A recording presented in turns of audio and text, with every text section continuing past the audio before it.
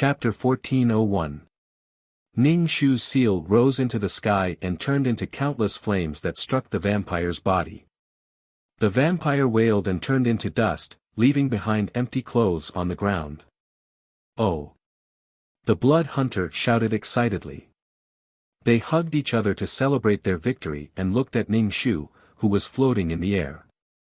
Ning Shu pretended to be serious on the surface, but she was feeling smug on the inside. Fortunately, she had learned these things before, otherwise, it wouldn't have been so easy. Sure enough, no matter what skill it was, it would be used one day. It was very difficult to learn, but Ning Shu didn't expect that one day, she would be able to fight so easily without risking her life. The things she learned were integrated into her bones and blood, becoming nourishment for her growth. Ning Shu laughed out loud, revealing her snow-white teeth. Her fair face was accentuated by the beautiful roses beside her ears. She was dazzling and radiant. "I'm happy to be alive." Mina stared at Ning Shu in shock, her mouth slightly open. Was this Jasmine? Mina's throat felt sour. How could Jasmine be so radiant? Fei Rui, who was fighting the fire dragon, saw that the vampires he brought were all killed by a single talisman. Fei Rui had already discovered that the blood hunter's silver sword was very powerful. Once again, they were all wiped out. Fei Rui bit his cheeks as Ning Shu shot a ray of annihilation at him. Ning Shu stood still, and the ray of annihilation disappeared before it could even get close to Ning Shu. Fei Rui was extremely angry and lost his composure. The fire dragon passed through his body and he groaned in pain. Although it was painful to suck the blood of a third-generation vampire, it didn't cause any substantial harm to Fei Rui. A huge fire dragon rose behind Ning Shu's back. As long as she had enough energy in her dantian, she could create many fire dragons. The fire dragon flew towards Fei Rui. Fei Rui's face was ashen. It was very difficult to deal with a fire dragon. The fire dragon couldn't feel any pain, nor could it die. With Ning Shu's control, Fei Rui was greatly restricted. As soon as he got close to the fire dragon, he felt extremely uncomfortable. It was as if the blood in his body was going to evaporate. Fei Rui's pupils constricted uncontrollably. Ning Shu grinned. 2 dragons playing with a pearl was more fun. Mina's lips were trembling. The vampires that Fei Rui had brought with him had been destroyed in an instant. Fei Rui couldn't escape now. How could Jasmine be so strong? She was immobilized. She couldn't speak or move. The other party could do whatever they wanted with her. Ning Shu looked at Mina, but when Mina met Ning Shu's gaze, she immediately looked away. Mina felt that the other party's gaze was terrifying. It was clearly a teasing gaze, but Mina felt a chill run down her spine. His heart trembled. Ning Shu arrived in front of Mina and beckoned to several blood hunter masters. The blood hunters immediately came over. Ning Shu said, "Put her up. Last time, we didn't finish cutting her in half. This time, we'll finish it." Mina was so scared that her face turned ashen. Several blood hunter masters carried Mina's body and tied her to the rack. There were also blood hunter masters with huge saws. Mina was so scared that tears streamed down her face. In addition, Mina was now a vampire. The sunlight shining on her body made her feel very painful. It was as if she was being roasted over a fire. Especially since this manor was supported by the sun-gathering formation. For vampires, this was a dangerous place. Mina had just been embraced. She couldn't compare to those powerful vampires. Mina, who was tied up, was on the verge of death. "Begin," Ning Shu said. Then, he released Mina's hoarse curse. Mina was so scared that she screamed and shouted at Fei Rui, "Save me, save me." Vampires had strong regenerative abilities. A human wouldn't die even if they were sawed from the lower body to the stomach. They wouldn't die in a short time, let alone a vampire. Mina was so scared that her mind went blank. The fear of death lingered in her heart, causing her to panic. Fei Rui saw that Mina was tied up and panicked. He wanted to rush over to save her, but he was stopped. "Scram, or we won't stop until we die," Fei Rui said angrily. Ning Shu smiled and said, "Haven't we always been fighting until we die? I told you, blood hunter masters aren't for you to come and go as you please. Execute." Two people stood in front of Mina with saws in their hands. They began to saw one after the other. Mina started crying loudly. She was in a very sorry state. "Fei Rui, save me, please save me." Mina shouted at Fei Rui. Fei Rui rushed over to Mina. Another fire dragon rose from Ning Shu's back, causing Fei Rui's expression to turn extremely ugly. Another fire dragon joined the battle. Fei Rui couldn't rely on Mina at the moment. He was already panicking, let alone saving her. Mina ignored everything and shouted for Fei Rui to save her. She was in so much pain. The sharp teeth of the saw cut through her body. It was very painful, but her mind was very clear. Fei Rui took the risk and released a ray of annihilation in Mina's direction, intending to kill the blood hunter master with the saw. Ning Shu took the rose clip to his ear and threw it over. The two collided, causing the space to distort, forming a spatial vortex. Ning Shu stretched out his hand, and the rose returned to his hand. Ning Shu put the rose back to his ear and looked at Fei Rui. Fei Rui's body had been pierced by the fire dragon, and his aura was a little weak. Fei Rui was much stronger now. If it was in the past, he would have died long ago. Fei Rui gritted his teeth and wanted to leave. If he continued to drag things out here, he might very well be buried here. Mina looked up and saw that Fei Rui wanted to escape. Her expression was blank, and then she was in extreme pain. Fei Rui wanted to abandon her. "Fei Rui, Fei Rui." Mina screamed at Fei Rui. Her voice was like a cuckoo crying blood, and she was in extreme pain. Fei Rui's expression was conflicted. He still had to deal with 3 fire dragons. Fei Rui cut his wrist, and drops of fresh blood flowed out, dripping onto the fire dragons. This caused the fire dragons' bodies to become lighter. Ning Shu didn't care, and he formed a seal with both hands. Mina screamed at Fei Rui in extreme pain, "Kill me. I'm in so much pain. I don't want you to save me. Just kill me." Mina didn't want to fall into Ning Shu's hands. Fei Rui saw Ning Shu's fingers flying, and he sensed that he was in danger. But what about Mina? What should he do? Mina kept begging Fei Rui. Fei Rui raised his hand, and a ray of annihilation shot out from his ring. This ray of light was aimed at Mina. When Ning Shu saw this, he almost failed to form the seal. Since it was aimed at Mina, he didn't need to use the rose. Mina also had an expression of shock, surprise, pain, and despair. Even though she said that she wanted Fei Rui to kill her, she didn't want to fall into the hands of a blood hunter and be tortured to death. However, she also wanted Fei Rui to save her. Mina was hit by the ray of annihilation, and she instantly turned into nothingness.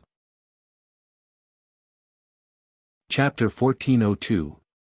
For mobile users, please visit this site. Ning Shu never thought that Fei Rui would kill Mina with his own hands.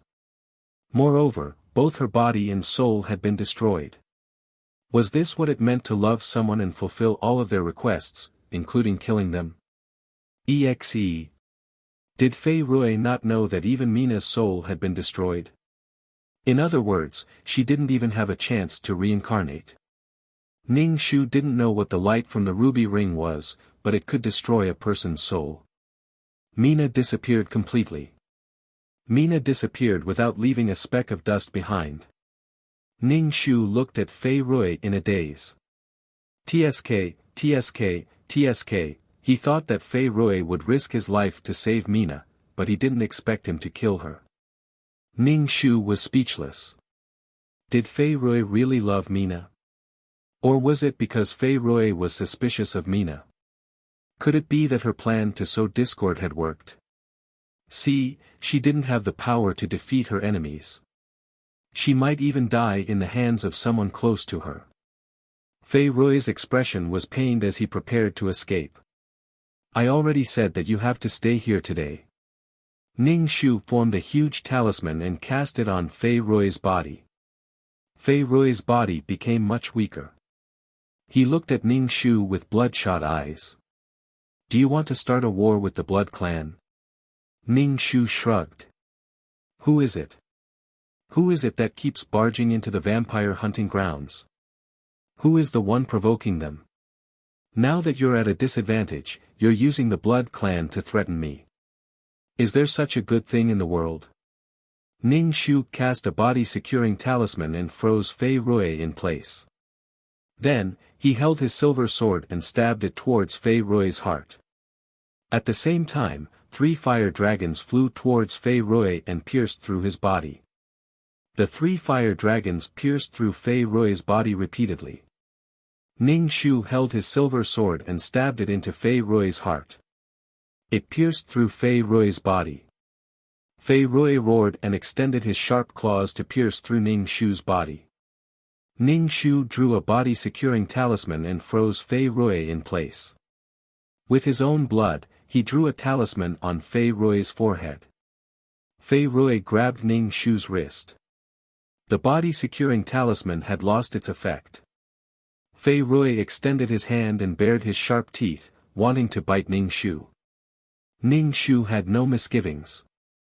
If you have the ability, then come and absorb it. Her blood is filled with the power of the fiery sun. If you have the ability, come and suck it. Ning Shu slapped Fei Rui's forehead heavily, sending the talisman into his head. Fei was stunned for a moment.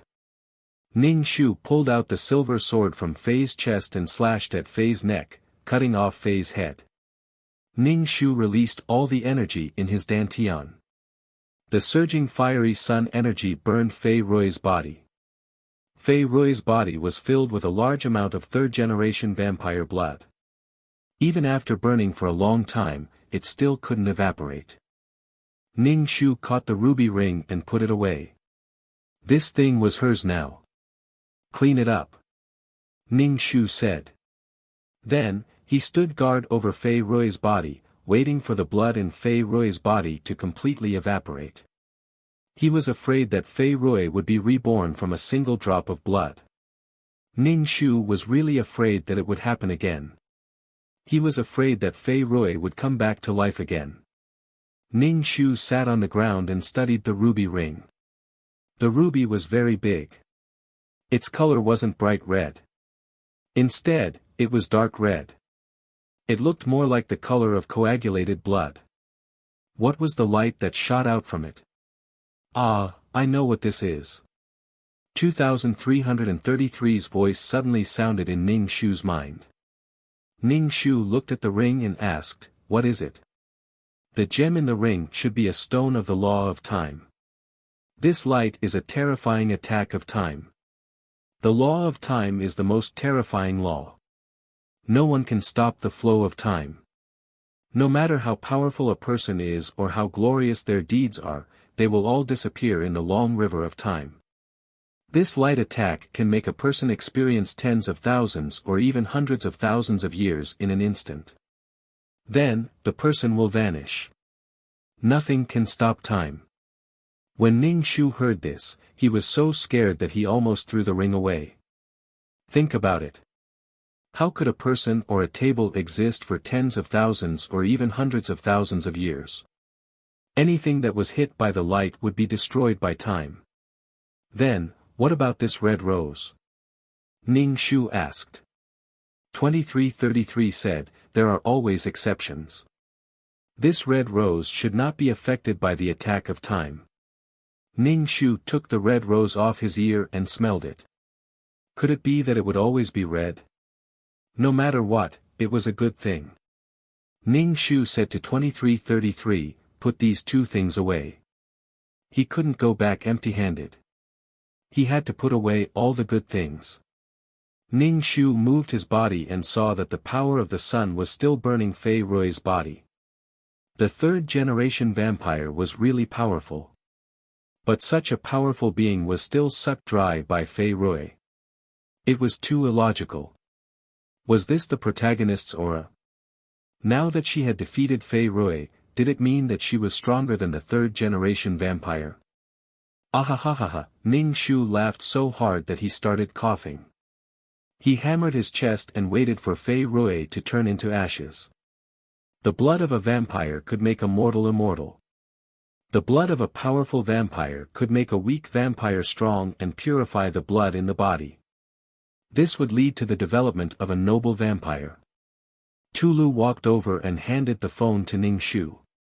He said, "Boss called to ask about the situation." Ning Shu said, "It's good. You can report it to Dai Lin. She's worried about you. She wants to hear your voice." Ning Shu took the phone and told Dallin that everything was settled. The vampire hunter was fine for now. Dallin was injured and her voice was weak. She told Ning Shu to be careful. Dallin hung up. Ning Shu gave the phone to Tulu. Fei Rui's body couldn't be incinerated. Ning Shu stood by the side and waited. She was getting impatient from waiting. Such a strong life force was beyond the reach of humans. Ning Shu took out the ruby ring and used the time beam to destroy it. But she didn't know how to use the ruby ring. Ning Shu didn't dare to use the ruby ring. If she accidentally hurt herself, she would disappear in the river of history. There was nothing to be afraid of. Ning Shu carefully injected a bit of energy into the ring, just like when he used Red Rose. Ning Shu pointed the ring at Fei Rui's corpse and chanted silently, "Shoot him to death, shoot him to death." The ruby ring didn't react. But in the next second, a time beam shot out. Fei Rui's body was annihilated in an instant, along with the powerful blood. Ning Shu sucked in a deep breath. This thing was truly terrifying. The law of time stone. This was just a stone.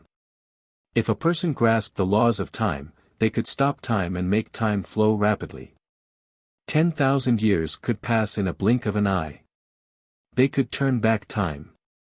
Damn, it's so powerful. This was an invisible weapon that could kill people. Time, wonderful novel to read at any time. Mobile users please visit. This chapter is 1402.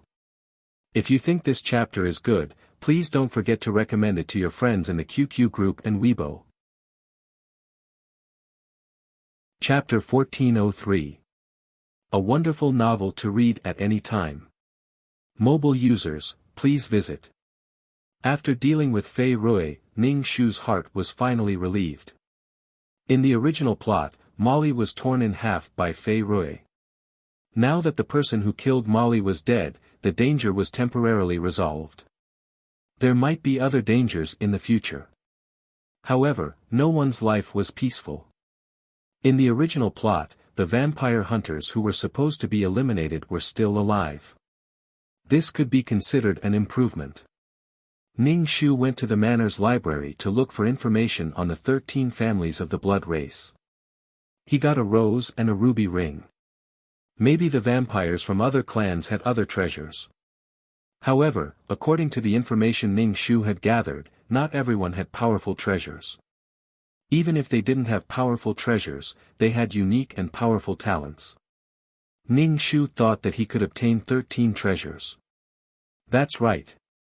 If he really had so many treasures, he would be able to turn the world upside down. Ning Shu comforted himself. It was good enough that he could obtain 2 treasures. The blood race had invaded the manor twice.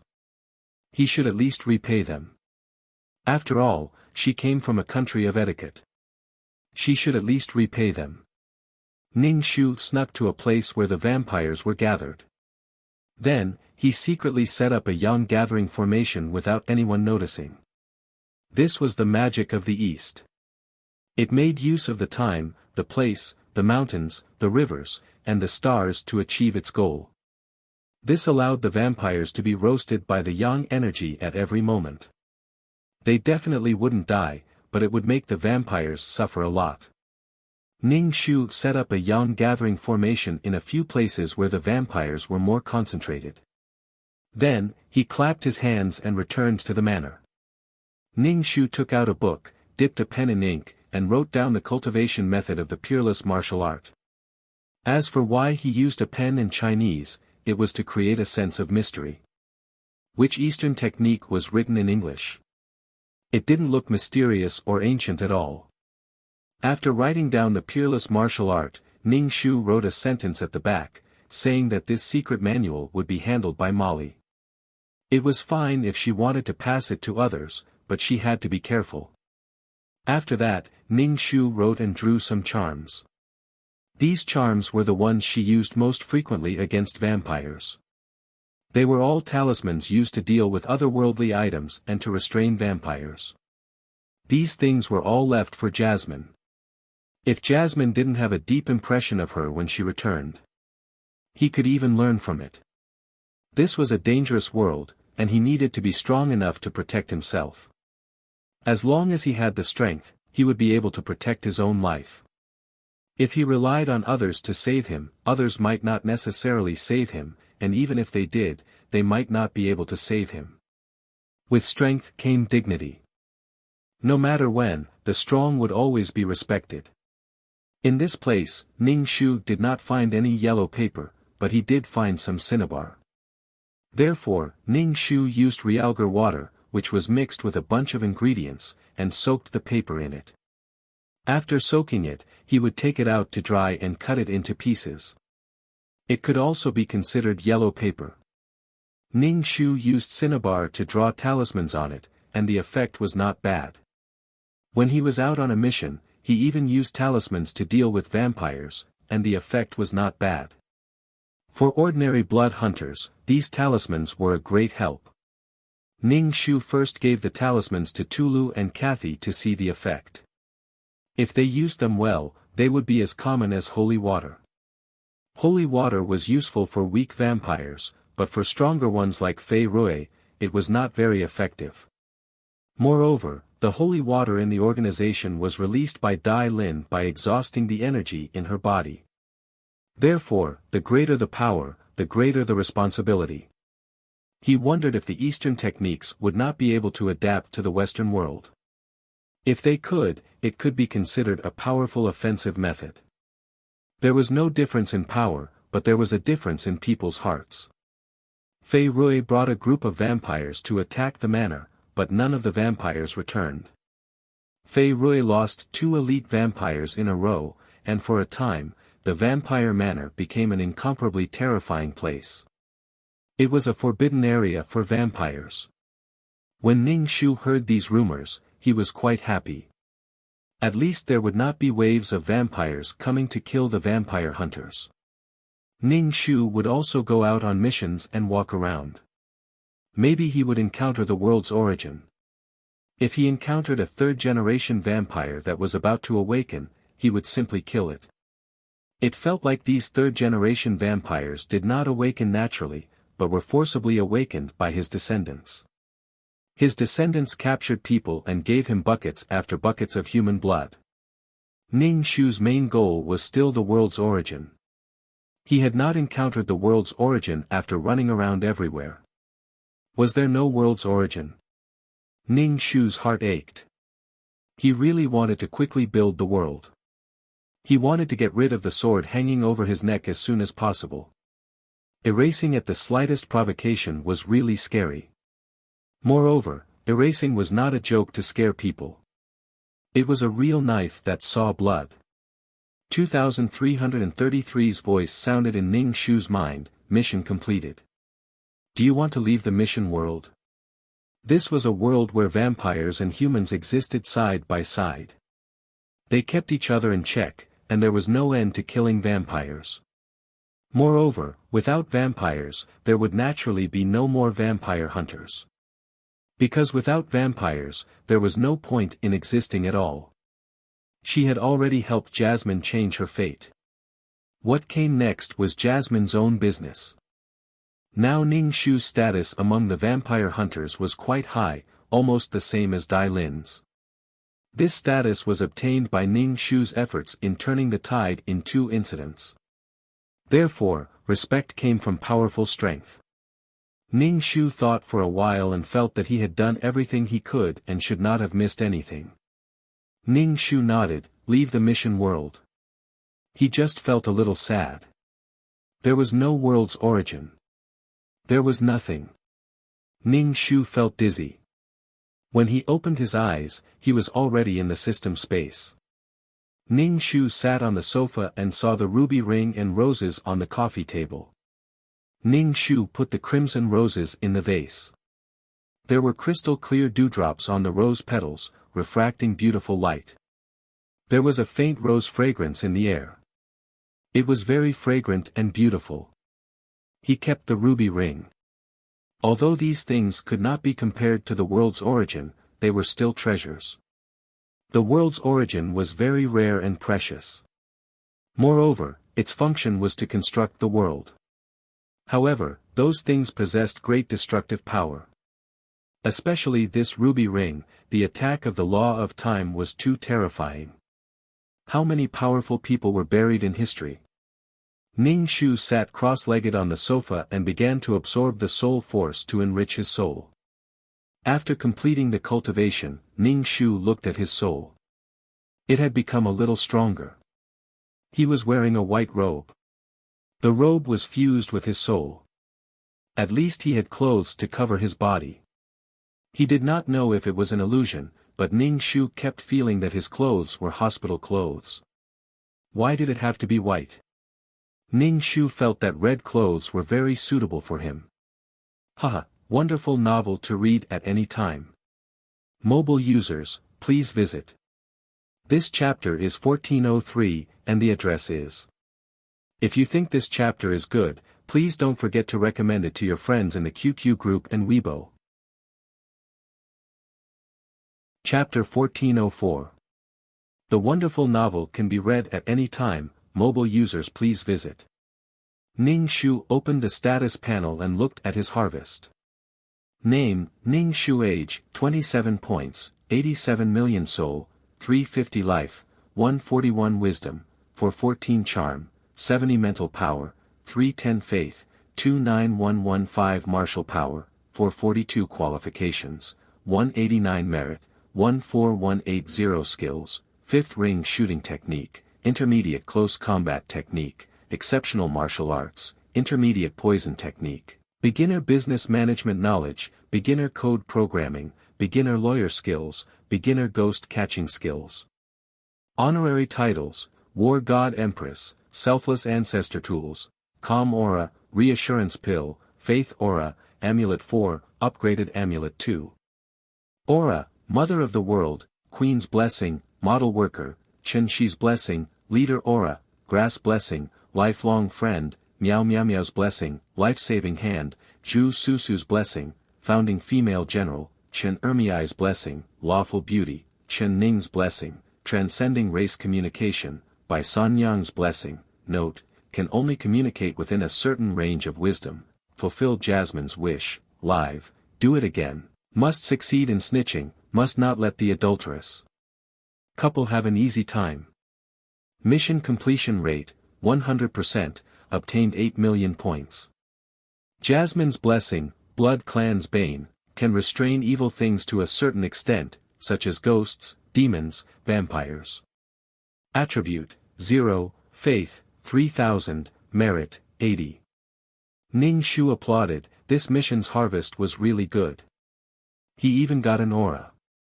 Ning Shu very happily distributed the attribute points. Name, Ning Shu. Age, 27 points, 10,000 soul, 350 life, wisdom, charm, 70 mental power, faith, martial power, qualifications, merit, skills, 5th ring shooting technique, intermediate close combat technique, exceptional martial arts, intermediate poison technique, beginner business management knowledge, beginner code programming, beginner lawyer skills, beginner ghost catching skills. Honorary titles, War God Empress, Selfless Ancestor items, Calm Halo, Tranquilizer, Faith Halo, Amulet 4, Upgraded Amulet 2. Aura, Mother of the World, Queen's Blessing, Sister Model Worker, Chen Shi's Blessing, Leader Aura, Grass Blessing, Lifelong Best Friend, Miao Miao Miao's Blessing. Healer of the Dying, Zhu Sunyang's Blessing, Founding Woman, Chen Ermiai's Blessing, Beauty of the Law, Chen Ning's Blessing, Blood Clan's Bane, Jasmine's Blessing, Cross-Race Communication, by Sanyang's Blessing. Note, communication can only be achieved within a certain range of intelligence. Ning Shu was just about to take a nap on the sofa when he heard the notification from the chat system. Ning Shu lay on the sofa, crossed his legs, and opened the chat system. The chat interface popped up. It was Mei Ziqing. Ning Shu sent a smiley face over. Mei Ziqing asked Ning Shu if he was a super taskmaster now and wanted to team up with Ning Shu to do missions. Ning Shu said regretfully. She was still a high-level mission taker and hadn't even reached the points threshold. She was still a little short of 100 million points. Mei Ziqing could only find someone else. She had to find someone she was familiar with when looking for a partner. If it was someone she wasn't familiar with, if the mission was an enemy, she might not care about her partner's life and death for her own benefit. Mission takers were also human and had selfish motives. Mission takers also lived in the naked law of the jungle. The animal world told us that the slowest animals would be eaten. Everyone braced themselves and rushed forward in order to control their own destiny. After chatting with Mei Ziqing for a while, he closed the chat system. 2333 coughed and said, "Let me tell you some bad news." Ning Shu was expressionless. "I don't want to hear it." "You have to hear it."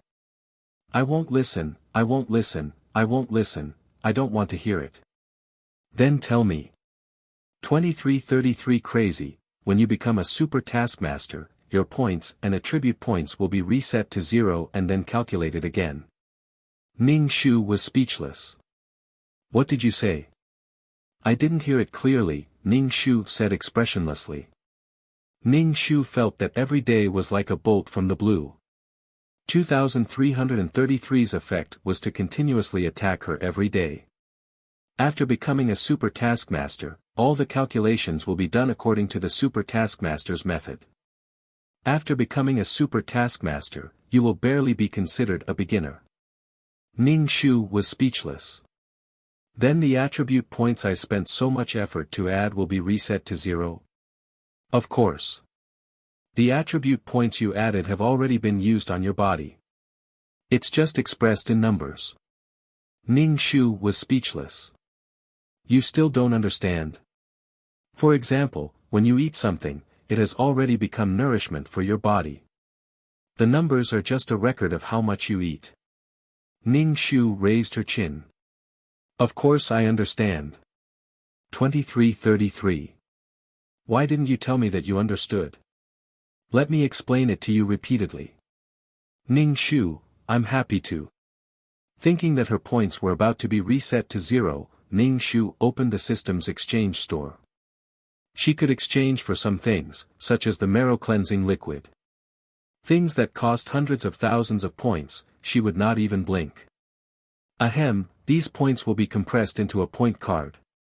10 million points for 1 point card. Ning Shu was speechless. She really did not want to talk to 2333 at all. She spent money as if tomorrow was the end of the world, but in the end, she was told that her points would not be reset to 0. Didn't he just say that the data would be reset to 0? Idiot, Ning Shu silently closed the system's exchange store. She was too lazy to sleep, so she prepared to wander around the virtual space. She wanted to eat something and see the many taskmasters there. She wanted to listen to some gossip or something. She wanted to understand the dynamics between the taskmasters, or if there was any big news. Ning Shu stood in the passage to the virtual space. Her head was dizzy for a moment. When she opened her eyes again, she was already standing on a quaint bluestone. His ears were filled with clamorous noises. It was a bustling scene. Although it was very noisy, Ning Shu's heart was very calm. Walking to a lively place, she did not feel so lonely. Especially when she saw so many colleagues, people like her, working hard to survive. They were the same as the rest of the world. Ning Shu first went to the restaurant to eat something. She ate slowly and listened to the people at the table next to her. Basically, they were talking about the interesting things they encountered during the mission. Some people were constantly complaining. It was very interesting. Ning Shu listened to the words of these mission enforcers and felt much better. She was not the only one who had encountered strange people and strange things. Everyone was the same. It was better to have fun together than alone. Wonderful novel to read at any time. Mobile users, please visit. This chapter is 1404, and the address is. If you think this chapter is good, please don't forget to recommend it to your QQ group and Weibo friends. Chapter 1405. Wonderful novel to read at any time. Mobile users, please visit. Sure enough, when she saw others as miserable as her, or even more miserable than her, she suddenly felt that the world was beautiful. Ning Shu slowly finished her meal. She even packed some snacks and paid for them with points. While eating, she strolled around and looked at the things on the stalls. These things were obtained by the mission enforcers from the mission worlds. If she didn't need them, she would use them to exchange for merit or faith power, or exchange for things she needed. Ning Shu thought about what she didn't need and put them on display to see if she could exchange them for the world's origin. However, Ning Shu was just thinking about it.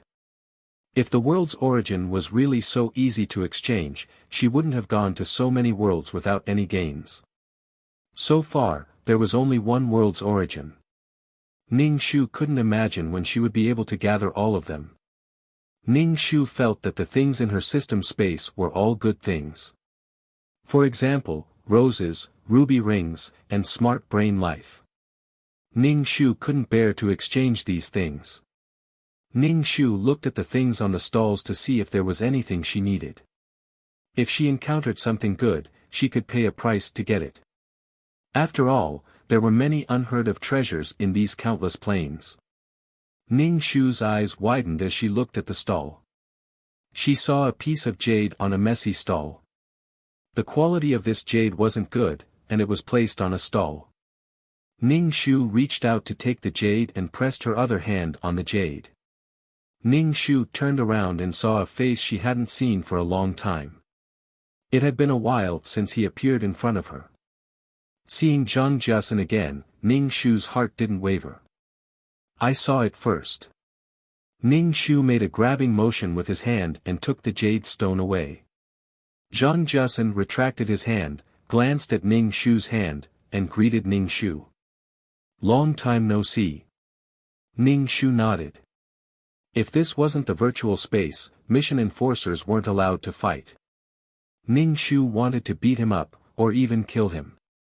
Zhang Jiasen reminded Ning Shu of some very bad memories. If it weren't for this thing, she wouldn't have been killed once. How much is this? Ning Shu's stall owner asked. When Ning Shu asked, Zhang Jiasen was still standing at the side, as if he had no intention of leaving. Ning Shu glanced at him. He was not afraid of him. After experiencing so many things, Ning Shu was not frightened by him. When the stall owner saw that both Ning Shu and Zhang Jiasen wanted this thing, he felt that it should be something good. However, no matter how hard he tried, even using the system to scan the jade, he still couldn't find out what was inside. Now that there were two people who wanted it, the stall owner wanted to maximize his profits. Cough, since both of you want it, then the highest bidder will get it. The stall owner didn't want to offend either side. Even if he sold it, they wouldn't come looking for trouble with him. Ning Shu glanced at Zhang Jiasen. Sooner or later, he would get rid of this man. Anyway, the feud between the two of them was deep. Ning Shu was a vengeful person, while Zhang Jiasen was a person with a dark mind. Damn, why didn't Zhang Jiasen get rid of the previous purge? Ning Shu even hoped to meet him in the mission world. She could kill Zhang Jiasen. Ning Shu looked at the stall owner. Even if you want to auction it, you have to give a base price. Do you want points, faith, or merit? The stall owner's eyes lit up. Faith power, right? 200 faith power. Ning Shu put down the jade and said to Zhang Jiasen, I'll give it to you. I'll back out. Then I'll pass. I don't have that much faith to buy a piece of jade with poor quality. Zhang Jiasen glanced at Ning Shu and said. The stall owner was speechless. Damn, what are these two doing? They were about to fight over it, and now they don't want it. Are they messing with me? Ning Shu looked at the jade with disdain. I just want to pick up a bargain, but it costs 200 faith points. Do you think yours is worth 200? The stall owner said, this is a priceless treasure. Ning Shu spread his hands. As long as you're happy. Zhang Jiasen smiled and stretched out 5 fingers. The stall owner probed, 500 faith points. 5. The stall owner was speechless. The stall owner looked at Ning Shu, and Ning Shu was very respectful. Yes. The stall owner looked at Zhang Jiasen, and Zhang Jiasen shook his head. I give up. The stall owner was speechless. Damn, I feel like I've been played. I'm the highest bidder. Give it to me. Ning Shu immediately picked up the jade. I don't know how long you've been selling this thing. At least you have some now. Ning Shu gave some to the stall owner and asked 2333 to put it away. He kept it in the system space and waited for Zhang Jiasen to snatch it. 2333 asked. Why did you buy a piece of trash? I feel like this is a treasure. Your feeling is wrong. After Ning Shu got what she wanted, she turned around and left. Zhang Jiasen walked beside Ning Shu. I helped you get it at a low price. Shouldn't you thank me? Ning Shu turned to look at him with his hands behind his back. If it weren't for you, I wouldn't have spent so much. The stall owner asked for 200 faith points. Ning Shu knew that Zhang Jiasen was deliberately playing dumb. She didn't believe that Zhang Jiasen didn't know what the stall owner was thinking. Ning Shu was too lazy to talk to Zhang Jiasen. He directly said to 2333 in his mind, return to the system space. Ning Shu disappeared in an instant. Zhang Jiasen's face was gloomy. Ning Shu returned to the system space and looked at the jade that he spent some faith points to exchange for. This jade was irregular in shape and was the size of a palm. Can you tell what kind of treasure this is? 2333 asked. Ning Shu looked at the jade. Feeling, intuition, a woman's sense of place. Could it be that Zhang Jiasen also has a woman's sense of place? He's just here to cause trouble. He's not here to buy anything at all. He's just deliberately looking for trouble. Ning Shu studied it for a long time. He used fire to roast it, but it was useless. It couldn't be broken or flattened. He used spiritual power to invade it, but the result was that he couldn't invade it at all. He didn't know what was inside. Ning Shu gave up on studying it and put it on the bookshelf. It really made him unhappy. He didn't meet Zhang Jiasen before. This time, he met him. Enemies would meet. He really wanted to get rid of Zhang Jiasen. She met Zhang Jiasen not long after she became a mission enforcer. If it was now, Ning Shu would definitely make her soul scatter and not give her a chance to become a mission enforcer. Now, it was like a fishbone in his throat. Although he counterattacked for Meow Meow Meow, he caused trouble for himself. No, there was more than one trouble. Damn it, why were these girls' husbands always abnormal? Of course, if the husband and wife were harmonious and lucky, they wouldn't give up their soul power. It wouldn't be her turn to counterattack. Happiness was always similar. Misfortune was also fucking similar. They all died in the hands of their husbands. Ning Shu took out a book from the bookshelf and began to read. Wonderful novel to read at any time. Mobile users, please visit the latest chapter of the canon Fodder female supporting characters counterattack. This chapter is 1405. If you think this chapter is good, please don't forget to recommend it to your QQ group and Weibo friends. Chapter 1406. Ning Shu read the book, smelled the rose fragrance, and drank the spirit tea. This kind of life was really comfortable. Ning Shu finished reading the book and then put it on the bookshelf. He opened the systems exchange store and exchanged some fasting pills, water, and some basic medicine. He was afraid that he would enter some dangerous place when he entered the mission. He didn't even have food to eat, and it was even a place where he couldn't cultivate. However, now that Ning Shu could absorb the power of the fire sun, even if there was no spirit energy, he could still cultivate. But it was better to be prepared. After doing this, Ning Shu said, "Let's go do the mission." Okay. Ning Shu took a deep breath. With the strengthening of his soul, Ning Shu didn't feel so dizzy when he entered the mission world. He could clearly feel that he had fused with a body. After the body fused, Ning Shu felt that he was swaying. He opened his eyes and was surprised to see that he was actually locked in an iron cage. The iron cage was driven, and there were two people carrying the iron cage. In addition to the two people carrying the cage, there was another person beside them.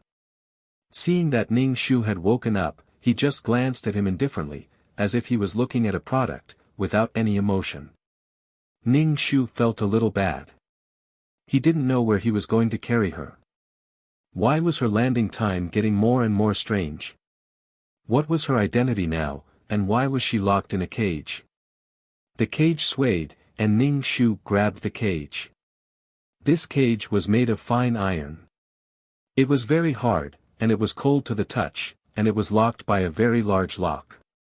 Ning Shu tried to open the cage, but with the strength of this weak body, he definitely couldn't open it.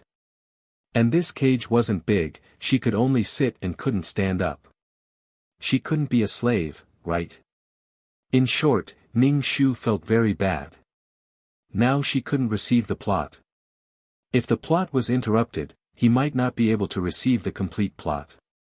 Originally, the plot of each world was very simple, just a simple and rough plot. The specific details of the plot were not at all. The cage swayed. Ning Shu touched his chest. It was a girl. Looking at the clothes on his body, the texture of the clothes was very rough. Moreover, the style, it was impossible to tell what style it was. It was like a sack over his body. Ning Shu was carried to a door. There were words written on the door, but Ning Shu did not recognize them. Someone knocked on the door and said, "Sir, your auction item has arrived." A faint male voice came from behind the door. "Come in." Then, Ning Shu was carried in. Ning Shu was carried into the private room and saw a man sitting inside. This man was wearing luxurious clothes. Even the buttons were jeweled. "Get out," Alan said indifferently. The cage was placed on the ground, and the three of them went out. He even closed the door behind him. As soon as Ning Shu entered the house, he felt a wave of heat and the smell of charcoal. He saw that there was a burning charcoal in the corner, and there was a branding iron on the charcoal. Ning Shu had a bad premonition. He didn't expect to enter the mission at such an awkward time. He didn't even have time to accept the plot. Alan looked up and down at Ning Shu and said, "What skills do you have? What world did you stay in before?" Ning Shu didn't understand. His face was calm, but his heart was filled with. She was really a slave, and it seemed like she had just made a deal. What kind of world was this? Alan had a big sword on his back, and Alan looked a little Western. He looked like a knight. This world seemed to be a more magical world. Fuck. The Honorable Mr. Allen asked you what you know and what skills you have. Since you are from another world, you must know something. Alan's servant, Ning Shu, asked. Ning Shu was still calm. At least let me accept the plot first. Seeing that the two of them were looking at her with unfriendly eyes, Ning Shu waved his hands and mumbled nonsense. He temporarily fooled the two of them. He had to figure out the current situation. In the previous world, he had killed many people. Now, he was a slave in a cage. The difference was really too big. Ning Shu seized the time and started to use the peerless martial arts in his body. The spiritual energy in this world was very abundant. Ning Shu didn't only absorb the power of the sun and spiritual energy. He sucked all of it into his body. In this situation, he had to have the ability to protect himself. How did he end up as a slave? Sir, there is a language barrier. Do you want to engrave the slave brand first? The servant asked Alan. Alan touched his chin and nodded. Then let's brand it. The servant immediately smiled and nodded. Ning Shu saw the two of them talking. Although she didn't know what they were talking about, she obviously felt that something was wrong. Especially when the servant looked at her with a cruel look in his eyes. Fuck, do you want to rape me? Ning Shu said, come on, come and have fun. Anyway, you won't live past tomorrow. The servant poked at the charcoal fire in the corner, and the iron plate in front of the iron rod was burned red. Ning Shu's pupils constricted. Was he going to press the red-hot iron plate on her body? The servant walked over with the soldering iron, Ning Shu. Extending the soldering iron towards the cage, Ning Shu avoided the red-hot soldering iron. The soldering iron seemed to be engraved with a sword. Ning Shu understood that if she engraved this brand, she would be the knight's slave. Ning Shu didn't care about an engraving at all. A person's ownership wasn't something that could be decided by a brand. As long as he was strong, this kind of shameful brand could become a kind of glory. However, the bright red soldering iron was pressed against his skin. His skin and flesh sizzled and emitted white smoke.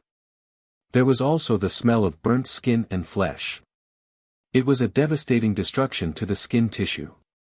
If one didn't pay attention, they would die from a serious infection. Since they were slaves, how many people cared about death? Ning Shu avoided the soldering iron in the narrow cage. The servant's expression became very unsightly, afraid that his master would dislike him for his incompetence. What an untactful slave. Ning Shu nimbly dodged the soldering iron in the narrow cage, making the servant very impatient. Seeing that his master was looking over, the servant was afraid of being blamed for his incompetence. He directly reached into the cage, wanting to grab Ning Shu and prevent her from hiding everywhere. Ning Shu looked at the servant's hand reaching out to her. She grabbed the servant's arm first and twisted it heavily. In an instant, the servant's arm cracked, and his arm was removed, hanging down softly. The servant couldn't help but let out a miserable scream, causing Ellen, who had been watching the show, to sink his face. Ning Shu didn't stop there. She simply snatched the soldering iron from the servant's hand and used it as a self-defense weapon. Ellen stood up and clapped his hands. Not bad, very courageous. Ning Shu, speak human language, you think you're very handsome, Ning Shu thought he was an idiot. Chapter 1407. You don't seem to have the consciousness of being a slave. No matter where you used to live, when you come here and occupy a body that doesn't belong to you, you are a slave. Alan looked down at Ning Shu in the cage. Ning Shu, speak human language, Alan smiled, oh, I forgot that you can't understand me. Alan rang the bell in the box, and soon someone knocked on the door. Ning Shu stared at the door, holding the soldering iron in her hand. The soldering iron was not so red, but with a weapon in her hand, the lethality was always greater. Her strength was not enough to open the iron cage, but no one could hurt her. The door opened, and a few burly men came in. They were bare-chested, with bulging muscles and bald heads. Alan snapped his fingers. Move her to the carriage. This little thing is disobedient. You need to train her well. The burly men immediately walked towards Ning Shu. Ning Shu held the soldering iron tightly and looked at them calmly. In the end, it was the burly men who lifted the cage. Ning Shu didn't attack them. As long as there was no threat to her life, Ning Shu's first task was to accept the plot. Alan, with a huge sword on his back, was the first to enter the box. The cage was carried out of the room. At the entrance of the auction house, there was a black horse-like animal. But it was dark all over and looked like a magical beast. Ning Shu was put on the carriage. Alan turned over and mounted the horse. Ning Shu squatted in the cage and looked at the surrounding buildings. Ning Shu felt as if she had entered a fairy tale world. There were gorgeous buildings and handsome knights. However, she had become a slave to be branded. Ning Shu grabbed the soldering iron and accepted the plot as fast as she could. At the same time, she was cultivating. This was a magical world. The races in this world were very complicated. There were humans, beautiful and elegant elves, and powerful and evil dragons. There were dwarves who were good at forging, mermaids who were enchanted by dreams, orc empires made up of many races, and countless magical beasts. This world was incomparably vast, and the number of living creatures was incomparably rich, forming a fascinating and dangerous world. However, this world was very complicated. Because of its special location, there were as many transmigrators as dogs. If one were to say that the Qing dynasty had been penetrated like a sieve, then each and every girl would run towards the cold-faced King Yongzheng. He wanted to use love to teach the cold-faced king to be gentle. He swore to melt the iceberg that was the cold-faced king with his love and his uniqueness. Then this world would be transmigrated into a sky full of stars. Transmigrators had a sense of superiority, and the natives were not stupid. This world had a perfect system to identify transmigrators. For example, a person who was already confirmed to be dead suddenly came back to life. Moreover, when he woke up, he was like an idiot. He was most likely someone from another world. Otherwise, their personality would change completely after a night's sleep. He was different from the original person, doing some strange actions and saying some strange words. She had thought that she was cute, but she had probably changed her core. In any case, there were many ways. Especially those who lied about having amnesia. Actually, it was not a big deal to be recognized as a transmigrator. The scary thing was, the natives of this world discovered it. These transmigrators more or less had abilities that were easier to find than ordinary people. For example, what treasures they had on them, or what talent they had, such as X-ray vision. In short, the transmigrators had cheated and were discovered by the natives. Many transmigrators became slaves the moment they arrived. That was because no one treated these people from another world as their family anymore. Especially when they were sold at the auction house, it was equivalent to a windfall. They would not treat you as family just because they occupied your body. These transmigrators were treated as slaves in their ignorance. Some men had transmigrated and had not had the time to develop their ambitions, establish great achievements, and have endless beauties in their harem. They had not slept with the elf queen, the beautiful mermaid, or the princess. Any beautiful and pure woman would submit to them. They had not even woken up from their dreams before they were sold as slaves. Girls had transmigrated and had not had the time to meet beautiful men. They had met many beautiful men and fell in love with many beautiful men. They had been sold and branded with the mark of a slave. It was fine if the master was a beautiful man. As long as he was a beautiful man, he could fall in love. She was only afraid that the master was a perverted man with fat intestines. The people of this world had a consensus. These people from another world were all lowly and dirty. They deprived others of their bodies and lives. And if they were not careful, they might be transmigrated. As long as they were transmigrators, the transmigrator slaves would be sought after. The heavens would give these transmigrators special abilities. Let these people's abilities serve them. The original owner was called Wuxia. As for what her name was after transmigrating, she did not know. She was sold by someone. After transmigrating, this girl was sold to Alan. Alan was the man riding in front of her. This Alan was talented and became a Doqi expert at a young age. Wu Xiaolan was sold in ignorance and was branded with the Alan family emblem. From then on, Wu Xiaolan became Alan's slave. He was a handsome man after all. Wu Xiaolan was an ordinary woman. After transmigrating, she was still an ordinary woman. Before she had the time to feel it, the pleasure of becoming a heartthrob in another world was sold. Besides, there were so many transmigrators in this world. Even if they wanted to cheat, they might not be able to do it. Alan bought Wu Xiaolan because he wanted to know what skills she had. And the nobles would compete with each other for slaves from another world. Especially the transmigrators with special abilities, they would make the owner proud and ready to save face. And the auction house and slave shop, when you buy a slave from another world, would not tell you what the slave would do. It was the same as gambling on treasures and stone gambling. The superiority of the transmigrators would of course not given like this. But the natives of this world could discover the existence of such a group of people. How could they be bitten back? Once they found any signs, they would be executed on the spot. After all, in the eyes of the natives, these people were already dead. Of course, there was no lack of powerful transmigrators who jumped out of this swamp. More people were slaves for life. And the transmigrators who had no value were directly killed. Don't think that the people of this world were weak. Mages, Doqi, wizards. There were too many powerful people. Even if you were strong, there would be a powerful force controlling you. In short, the transmigrators of the previous world were unique and had a sense of superiority. Then in this world, the status of the transmigrators was the same as the status of pigs, cows, and sheep.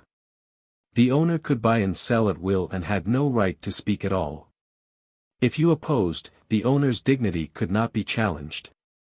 That was to die. Chapter 1408. If you don't want to die, you can only keep silent. The lowest-ranking transmigrator alliance in history was one of them. Wu Xiaolan became Alan's slave. Wu Xiaolan looked at Alan's handsome face, but his body was full of muscles.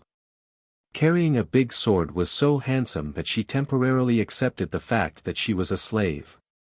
But Alan knew that Wu Xiaolan had no cheat at all. There was no trace of anger on his face. Then he gave her to his servant. Wu Xiaolan thought that she could have some development with Alan. Even if she was a slave, as long as Alan liked her and doted on her, the identity of a slave was not a problem at all. The result was really a godly development. Wu Xiaolan was dumbfounded. She was given to a servant, and she was a woman. The outcome was self-evident. When he was tired of playing, he was sold again. Alan didn't even bother to have a relationship with Wu Xiaolan. Instead, he gave her to a servant. Maybe Wu Xiaolan and Alan had sex, and things wouldn't be like this. Wu Xiaolan only needed to serve Alan, and she didn't need to be sold by many people. Wu Xiaolan couldn't stand such a cruel world and committed suicide. She committed suicide with a strong resentment. Wu Xiaolan's counterattack wish was to live with dignity, and take revenge on those who had hurt her. The longing for love was directly shattered by reality. Alan was cold and cruel and wouldn't treat her differently. Even the servants who had a relationship with her treated her as a tool to vent their desires. He pulled up his pants and left. Ning Shu accepted the plot and curled his lips. If Wu Xiaolan really did that with Alan and became his canary, she wouldn't be able to counterattack. After experiencing these things, she knew that dignity was precious. People didn't treat her as a human being at all, as an equal. She was still looking forward to love. Ning Shu found that no matter what world, most women were kept in captivity. That was a kind enclosure. When you were a child, your mother put on a beautiful gauze dress and leather shoes for you and praised you like a little princess. Then she told you that girls shouldn't run around and don't get themselves dirty. Don't speak loudly. Gentleness, beauty, and elegance were the lifelong cultivation of a girl. In the university, both male and female professors were very friendly to you, but the ones who came to you for personal work or to discuss profound questions were the guys. Girls, after all, should have bright eyes and beautiful smiles. Don't waste your youth on these boring and not beautiful things. In the company, the considerate boss will tell you that this project requires you to work overtime and go on business trips. Girls should get more beauty sleep.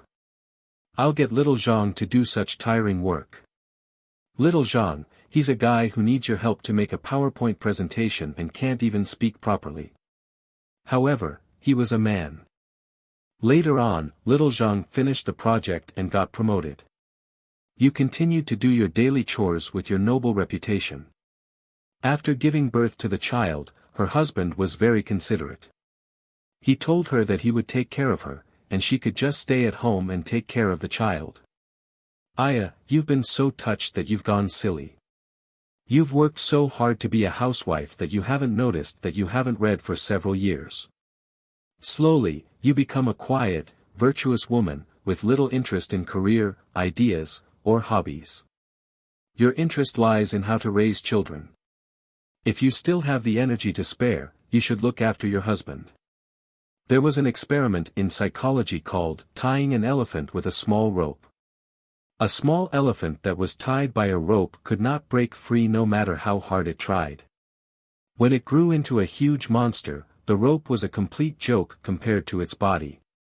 However, it would not try to break free again. Because it had already accepted the firm belief that ropes cannot be broken free. This was habitual helplessness. Most of the traditional methods of nurturing girls were actually a kind of benign sexist captivity. They used gentler care than ropes. They silently nourished women's helplessness and let women accept their magnified weakness. These concepts came from society, the concept of family, and were rooted in women's hearts. Even women accept themselves. Compared to men, you're not smart, weak, and your value needs to be attached to others. I'm a woman, so I need to rely on men. I'm weak, so I need comfort and meticulous care. I'm afraid of being lonely, so I need someone to accompany me. Don't study such difficult subjects, such as science and engineering. Don't work hard. Ambition is not suitable for girls. Selling oneself at the most valuable time of one's youth would be the greatest success. As for women, they just have to get married. No man would treat women as opponents and partners worthy of respect. There were still some women whose criteria for choosing a spouse was to unilaterally accept meticulous doting. At first, there were men who could temporarily meet this condition, but later on, they would inevitably be disappointed. Why aren't you as good to me as before? You don't love me anymore. Women who had not learned to survive independently and were even willing to be kept in captivity would be ruthlessly eaten if they were suddenly pushed back into the forest. Ning Shu felt that Wu Xiaolan was a captive animal that had been pushed into the cruel forest. Helpless, afraid, unable to adapt to this world, even with the halo of a transmigrator. It was still useless. It did not become brilliant because it was in a different world. This world was so cruel and cold. Ning Shu glanced at Ellen, who was riding on a horse in front of him. His back was straight, and his back was incomparably handsome. Ning Shu rolled his eyes and pondered as he cultivated. He felt that even if he completed the mission in this world would not be repaired. The loopholes were like the stars in the sky because there were too many transmigrators. Even if it was repaired, it could not be repaired. It was completely a drop in the bucket. She could patch up a loophole, but there were still so many loopholes. Because there were too many loopholes. So many transmigrators were hurting the laws of this world again and again. Forget it, his mission must be completed, and it was done very well. Moreover, this world was so big, maybe there was the origin of the world. Ning Shu crazily absorbed spiritual energy, and his dantian was throbbing. However, the current situation was very unfavorable to her. She would slowly nourish her dantian in the future. Ning Shu was cultivating, and many people on the street were looking at her. They even pointed at her and gossiped. Ning Shu turned a deaf ear, holding the not-too-hot soldering iron in his hand. Even if it was not hot, it was still a weapon. The servant who was walking beside the carriage's cage stared at Ning Shu with a dark gaze. One of his arms was hanging limply by his side. Ning Shu glanced at him and retracted his gaze. In the plot, Ellen gave Wu Xiaolan to this servant. He shared Wu Xiaolan with many people, and then sold Wu Xiaolan. During the whole process, Wu Xiaolan had no strength to resist. If these people were said to be rotten to the core, then Wu Xiaolan was weak and powerless. After all, Wu Xiaolan's status was even lower than that of a servant, just like cattle and sheep. Chapter 1409. It was incomparably painful to be trampled on by others. Soon, the team stopped in front of a house. Ning Shu was carried in. In the hall, Alan, who was carrying a giant sword, looked at Ning Shu. "It's really annoying not to understand." "Just kill him," he said with some distress. As Alan spoke, he raised his hand and touched the hilt of the sword on his back, as if he wanted to slash Ning Shu with a sword. Ning Shu, sure enough, he was ruthless. Ning Shu said, "Let me out first, and I'll tell you." Alan heard Ning Shu speak and simply pulled out his giant sword. The Grand Master Craftsman was covered with battle chi, and Alan's eyes were eager to try, as if he wanted to cut Ning Shu. "Ning Shu, normal, since you can understand, why did you pretend to be deaf and dumb before?" Alan asked Ning Shu. Ning Shu said, "I'm so scared that I don't dare to say it." Alan stared at Ning Shu. "You don't look like you're afraid." "Sir, this slave challenged your dignity. You can't let her go easily." The servant, whose arms were as soft as noodles, said viciously. Alan's expression was indifferent. Ning Shu asked, "Do you have any skills?" Ning Shu nodded. "I will."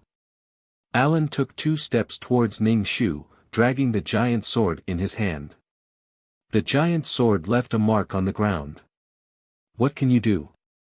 Alan asked with a look of surprise. "Or do you have any treasures on you?" It was said that a slave of Duke Gar could disappear into thin air and appear again after a while. At the banquet, Duke Gar would ask the slave to perform the technique of disappearing into thin air. Alan hoped that the female slave he bought would have a skill that would make his face shine. It would be best if he could offer this female slave to the princess if she was more elegant and good-looking. As a knight of the princess, Alan hoped to be able to suppress another knight. Ning Shu said, "You have to let me out first before I can perform for you." "Sir, this female slave must be lying to you. Why don't you brand her first?" The servant said to Alan. "Shut up." Alan scolded coldly. If this female slave really had any skills, he wanted to give it to the princess. How could he give a slave with a brand to the princess? Alan raised his giant sword, which was covered with a layer of white light. With a clang, the lock on the iron cage was split open. Ning Shu's pupils shrank, but his expression did not change. Although Alan did not very domineeringly split the entire cage, he only split the lock. This showed that Alan had a very delicate and skillful grasp of power. This Alan is not weak. Ning Shu estimated the difference in strength between him and Alan and silently pushed open the iron cage door. He came out of the cage. "Damn, it's like a bird cage, squatting and pooping inside. My legs are numb." Ning Shu hammered his own legs. His legs were numb like needles. "You can start the performance now." Alan sat down and looked at Ning Shu with his hands in front of his chest. Ning Shu held on to the cage. "Wait, My legs are numb. Let me rest for a while. He quickly cultivated a little bit of qi in his dantian. The power of the fire sun and the spiritual energy were absorbed, and the dantian was a mess. Ning Shu wondered if he could beat Alan. Ning Shu glanced at Alan's giant sword and felt a little worried. I advise you not to play tricks. You are my slave now. You can't escape from my palm. Alan warned Ning Shu. Ning Shu immediately said, how could that be? I don't dare to play any tricks. Ning Shu rubbed his legs and thought. Okay, you can start. Alan was a little impatient and touched the hilt of his sword. Ning Shu thought for a moment and released a fire dragon. However, this fire dragon was very small and pocket-sized. The fire dragon's body was burning with flames. It was lifelike and swam in the air. What is this? Alan asked Ning Shu. Ning Shu put away the fire dragon. The fire dragon turned into energy and merged into his dantian. I'm asking you what this is. This thing shouldn't be alive, right? Alan asked. Ning Shu nodded. It's not alive. However, give me some time. This fire dragon can still grow. Alan stared at Ning Shu, trying to see if Ning Shu was lying. If you dare to lie to me, I will make your life worse than death. Ning Shu nodded. I won't lie to you. Go in. Alan pointed at the cage. Ning Shu was speechless. I still have to go in. Of course. Until you can release a bigger. What is that? Dragon. Dragons don't look like this. The dragon here was a lizard dragon, a dragon with large wings. Ning Shu's dragon was a 5-clawed dragon. I'm hungry now. I want to eat. I'm also sleepy. I want to sleep. Moreover, I want to solve my physiological needs. Why did you lock me up? I can't run away. Ning Shu didn't expect Alan to be so vigilant. You can eat, drink, and sleep inside. Bullshit. Try eating, drinking, and sleeping in a cage that is only half the height of a person. You are just my slave. Wherever I tell you to be, you will do whatever I tell you to do. You have no right to bargain with me. I don't want a disobedient slave. If you are disobedient, I can only kill you. Alan held the hilt of the sword. The giant sword was covered with a layer of white dough qi. Who are you trying to scare? Ning Shu's expression was indifferent as he bent down and entered the cage. Even if he was in a cage, he could still cultivate. He could cultivate anywhere. When she mastered her divine arts, not to mention a cage. Even if Alan slashed her with a giant sword, she could still catch the blade with her bare hands. Lock it up, Alan said to the servant. The servant went to get the key with a shaky arm. The servant took a big lock. Alan personally locked the cage and put away the key. Ning Shu calmly sat cross-legged in the cage. Previously, she had been squatting. It was more comfortable to sit cross-legged and cultivate peerless martial arts faster. After all, sitting cross-legged was the standard cultivation posture. When Alan went out, he even locked the door. Ning Shu was the only one left in the room. Ning Shu closed her eyes and began to cultivate. She felt a pair of eyes staring at her. Ning Shu had no scruples.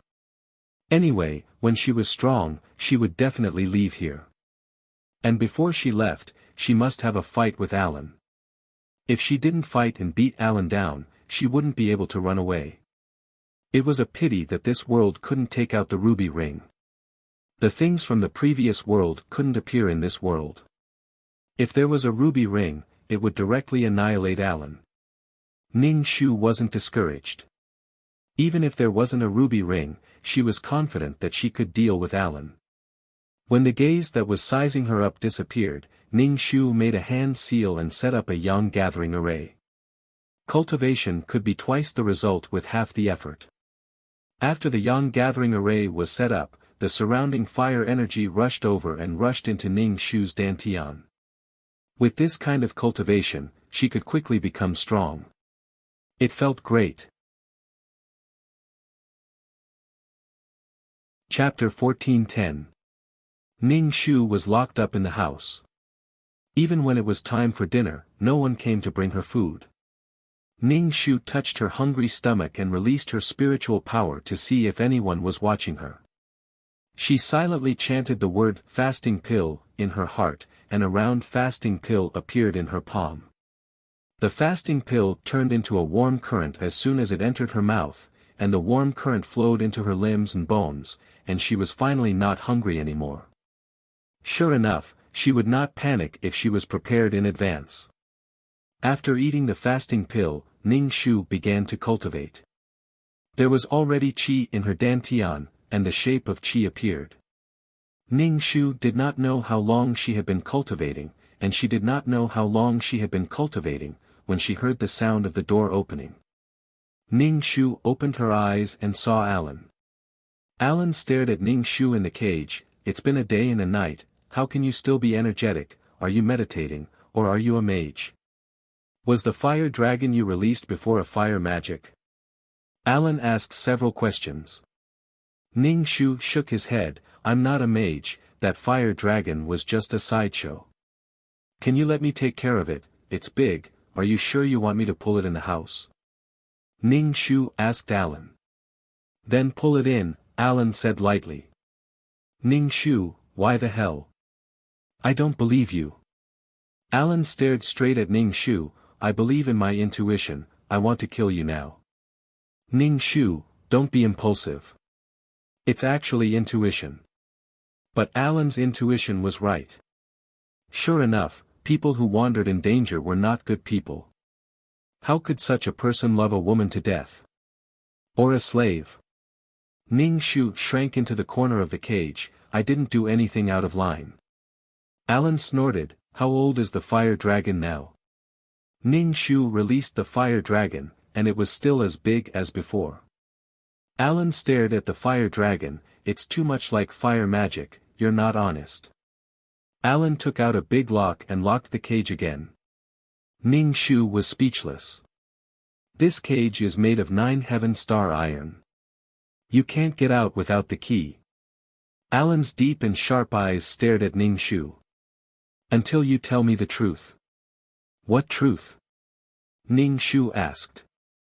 Everything about you, you are my slave. As your master, everything about you is my master.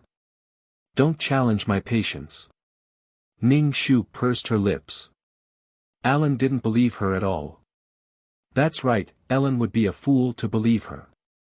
She didn't believe Alan either. Ellen took a black cloth and put it on the cage. The cage was instantly pitch black. Moreover, there were still water droplets dripping outside the cage. Alan must have done it on purpose. This kind of dripping sound could cause a lot of pressure in people's hearts when it was quiet. In the quiet, confined and narrow place, the water dripped down. Furthermore, the water droplet was dripping on her face. People would subconsciously think about when the next drop of water would fall. After a long time, people would collapse.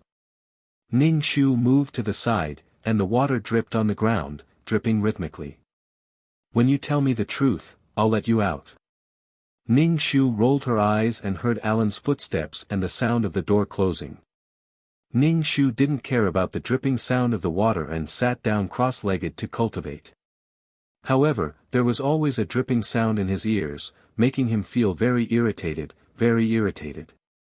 This kind of criminal law was completely psychological.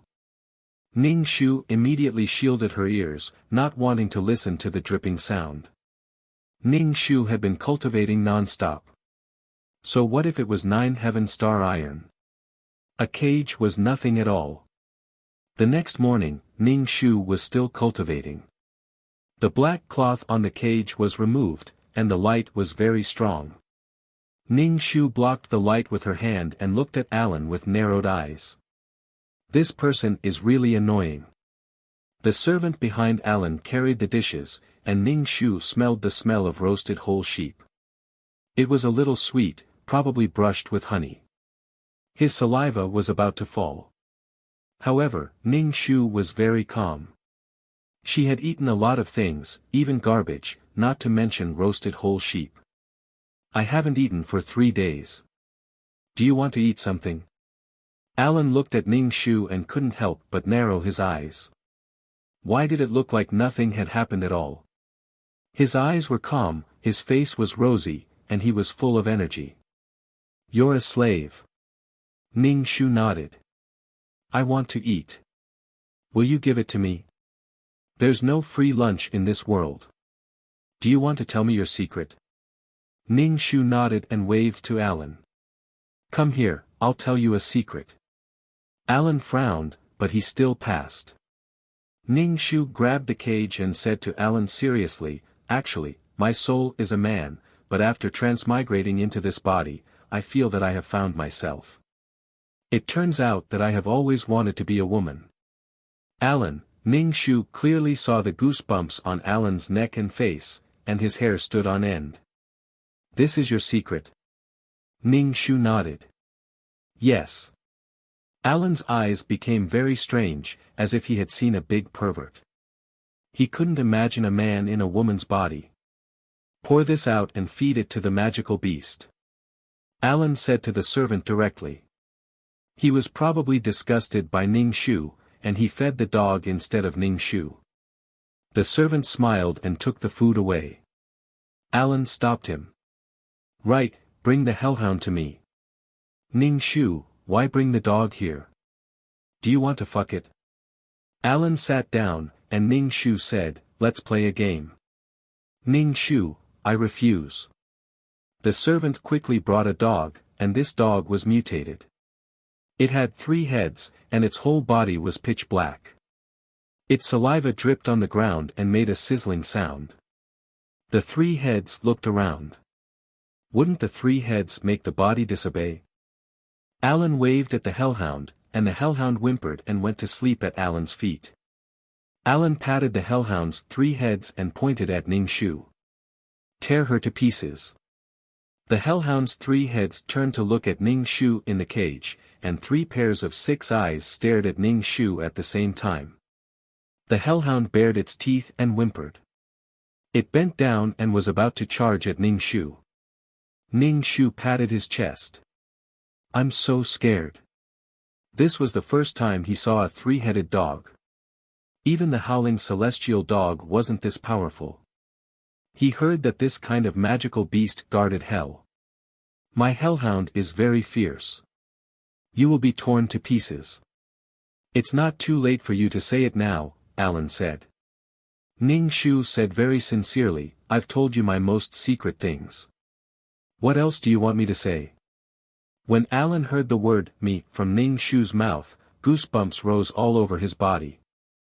His mind automatically conjured up the image of a burly man, bashfully talking about him, with a bashful look on his face as he tucked his hair behind his ear and stared at him shyly. It was really an unstoppable chill. Chapter 14:11. This group of otherworldly people really had no integrity at all. A man could live in a woman's body, and a woman could live in a man's body. Alan felt that he might never be able to tell whether a transmigrator slave was a man or a woman in the future. Go bite her to death. Alan didn't even look at Ning Shu as he pointed at the cage and said to the hellhound. The hellhound walked over to Ning Shu, revealing its sharp yellow teeth, and bared its teeth fiercely at Ning Shu.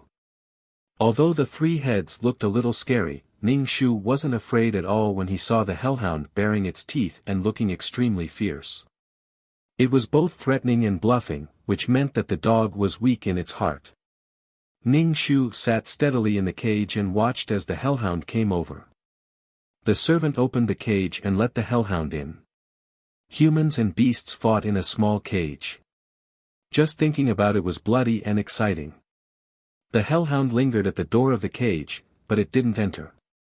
Ning Shu bared his teeth, tucked his tail, bent his body, and the hair on his back stood up. Even if the hellhound stood at the door of the cage and roared, it still refused to enter. What did you do? Ning Shu asked when Alan saw that the hellhound was afraid. Ning Shu said innocently, I didn't do anything. Ning Shu saw that the cage door was open and immediately bent down to get out of the cage.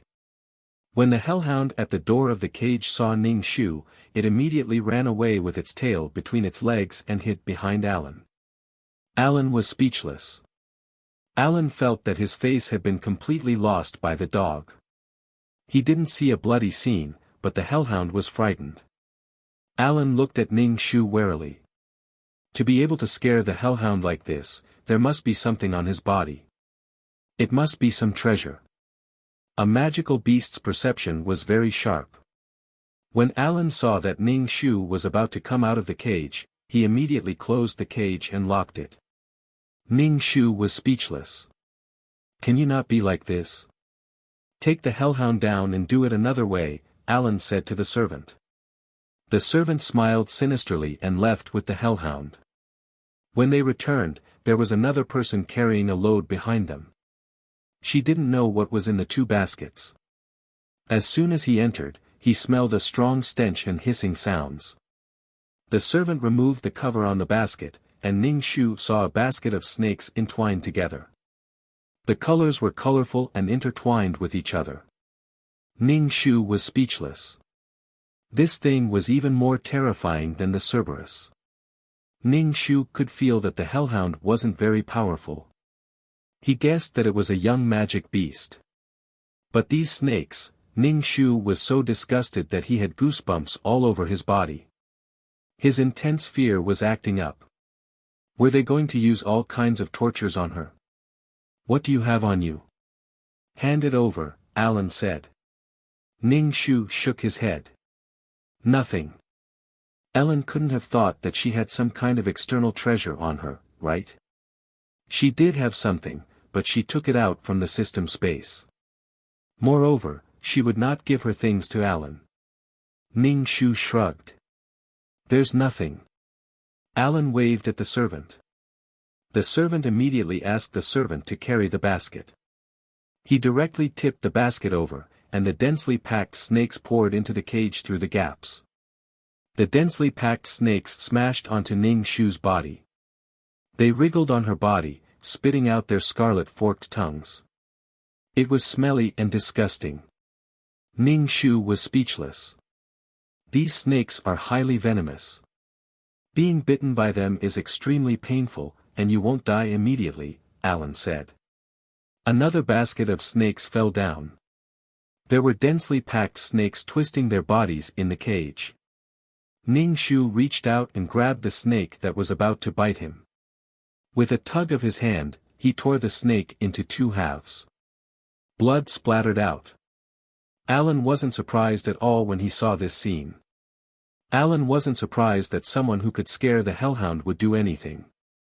Especially when he saw Ning Shu tear the snake on his body into two halves without batting an eyelid. Alan felt that there was a man's soul inside this woman's skin. That woman could be so calm in the face of such a thing. He was just short of chewing the snake. Ning Shu smiled at Alan and released her energy.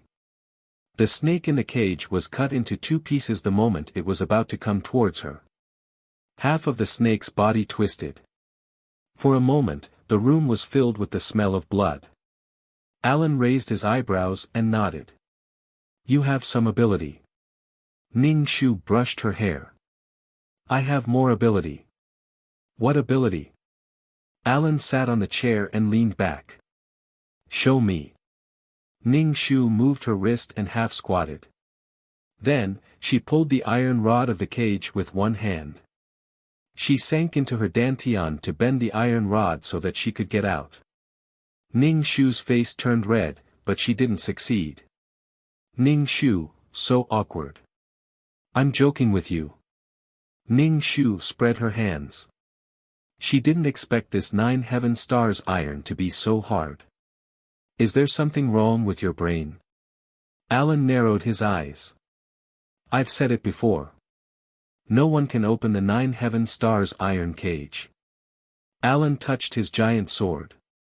Have you thought it through? Ning Shu pushed the snake's corpse away and sat down. I don't have anything. Ning Shu swore. I don't know what you're talking about. I know that you people from another world have some ability. I don't believe that you don't have any ability. Yes, I have. I have more strength. Ning Shu said as if it was a matter of fact. Alan, crazy, Alan couldn't help but rub his eyebrows.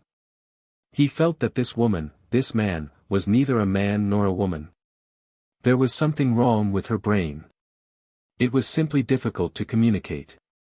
The veins on Alan's forehead twitched.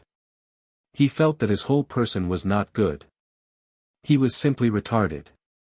Ning Shu sat cross-legged in the cage. Her body was operating the peerless martial arts. The spirit energy and the power of the fire sun rushed into her body.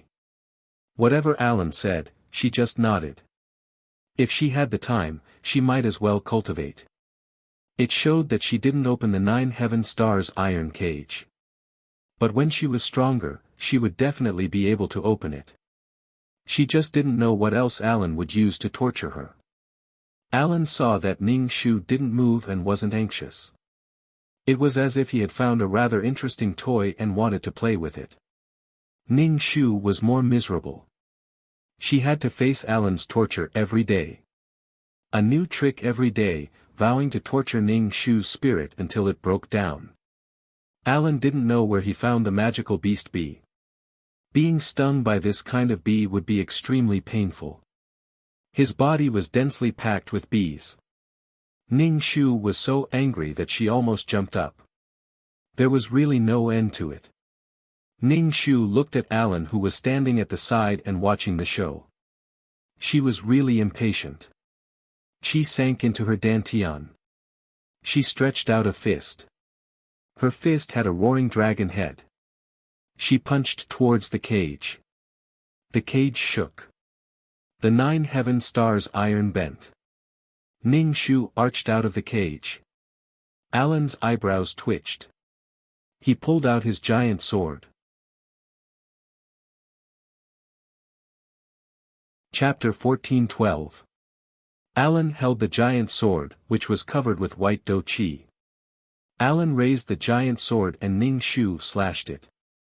The powerful sword energy rushed toward Ning Shu. A huge fire dragon gushed out of Ning Shu's back, swimming quickly in the air and colliding with the sword energy. With a bang, the room exploded, and even the tiles were lifted up. Ning Shu clenched his fist and rushed toward him. Alan blocked Ning Shu's fist with his sword, and Ning Shu took 2 steps back. Behind him, a bigger fire dragon roared out and crashed into Alan. Alan was slammed into the wall, and the wall collapsed, raising a cloud of dust. Alan covered his heart and spat out a mouthful of blood, staring at Ning Shu with fear in his eyes. If he had known earlier, he would have killed the slave earlier so that he wouldn't have been bitten back. Alan released his spiritual power, which rushed directly into Ning Shu's mind. This was a contract, and then the life and death of the slave was in his mind. This kind of contract was used by knights to contract magical beasts, such as dragons. That's how the Dragon Knight came about. Alan's spiritual power was not weak, and he did not contract other magical beast partners at all because Alan did not want to be so casual. Instead, he wanted to contract the most powerful dragon. Although he knew that the dragon was powerful and his strength was not enough, Alan would rather be without it. What he signed with Ning Shu was a master and servant contract. If the master died, the servant would die, and the servant would die. If the servant died, it would have no effect on the master at all. Ning Shu suddenly felt as if his mind was being pricked by needles. It was very uncomfortable, and there was a consciousness forcing her to obey. Don't resist, obey him. At first, his head hurt like a needle, and the pain was so bad that his head was about to explode. Now he felt like a spring breeze, incomparably intimate. Ning Shu sneered and was about to counterattack when something hit him from behind. His internal organs were displaced, and his blood was surging. Ning Shu looked back and saw Alan's servant holding the chair with both hands. He looked at Ning Shu with fear and hatred in his eyes.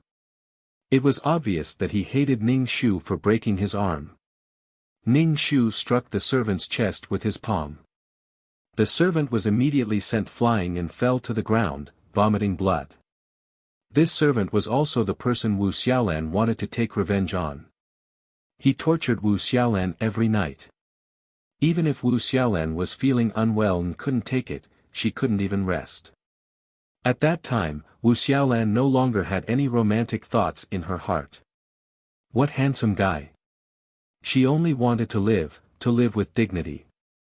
She had the confidence to say no.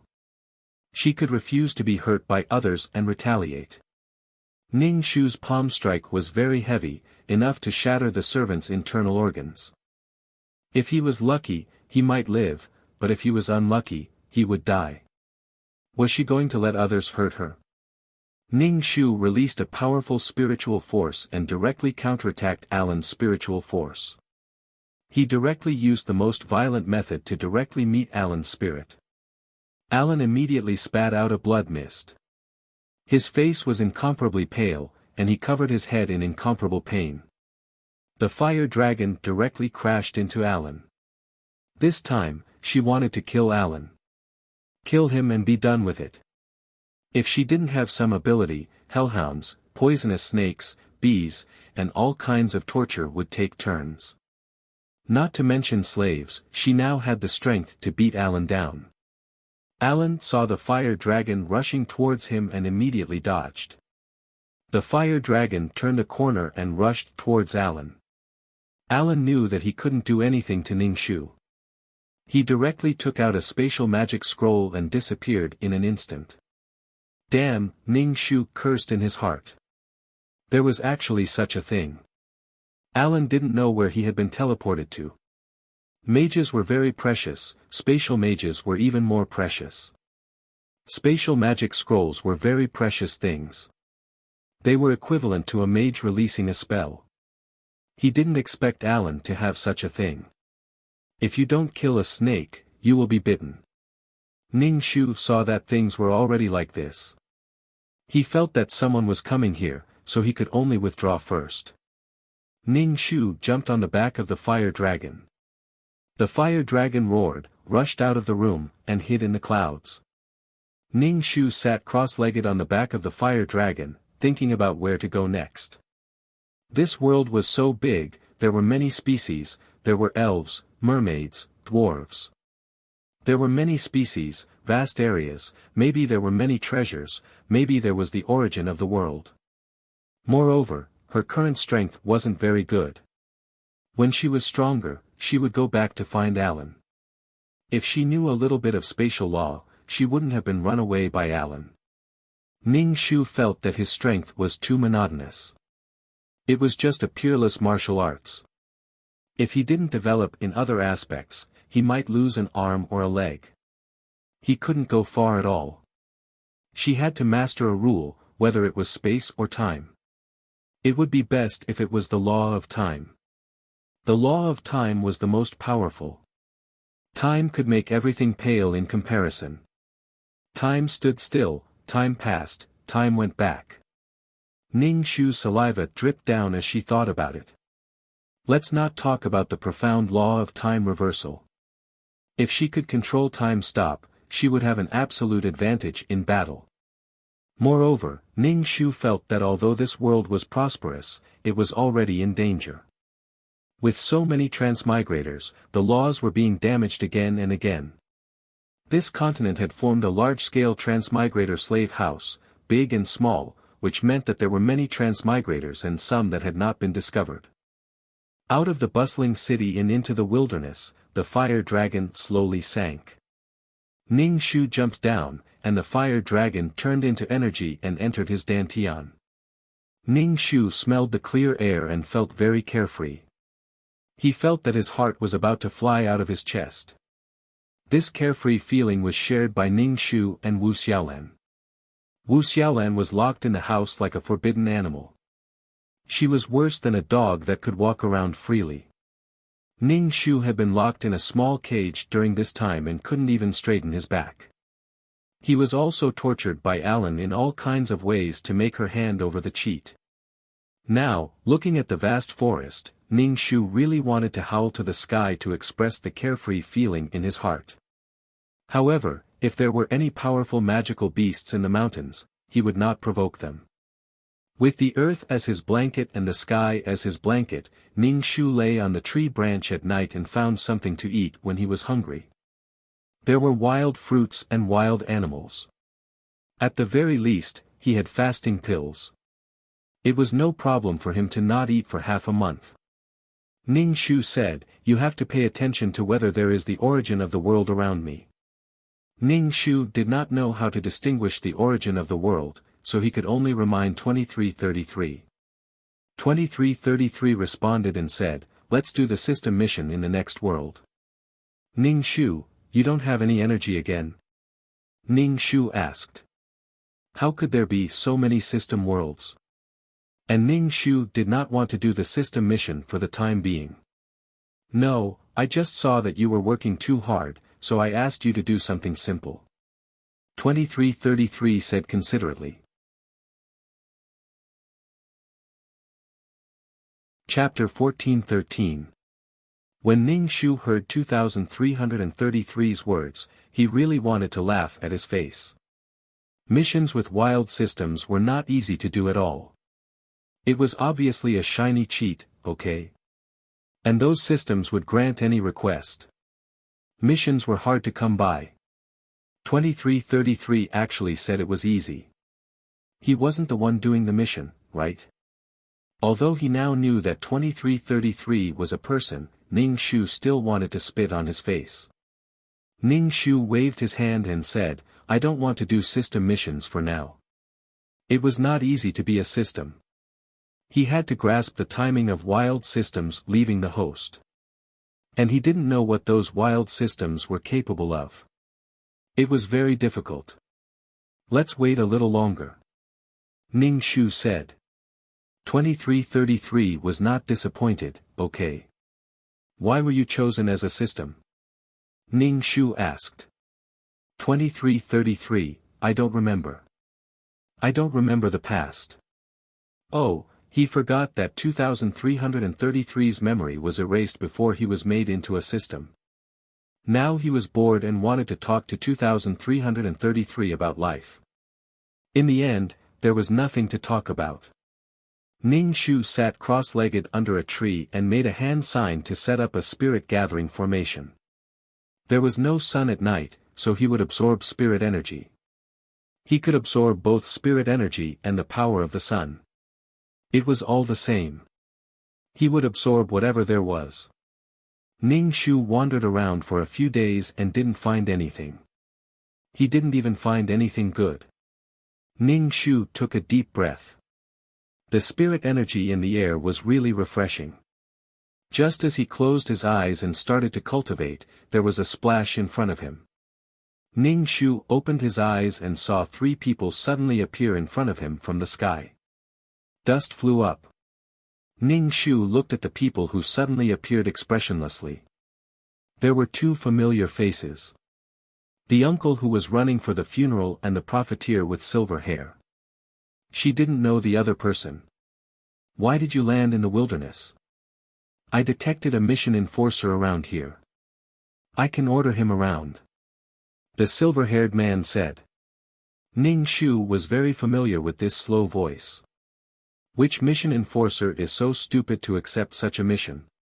The world is about to collapse. Even if you complete the mission, it's useless. Ning Shu, the mission enforcer, was speechless. The sky was full of stars, and the cool breeze was blowing gently.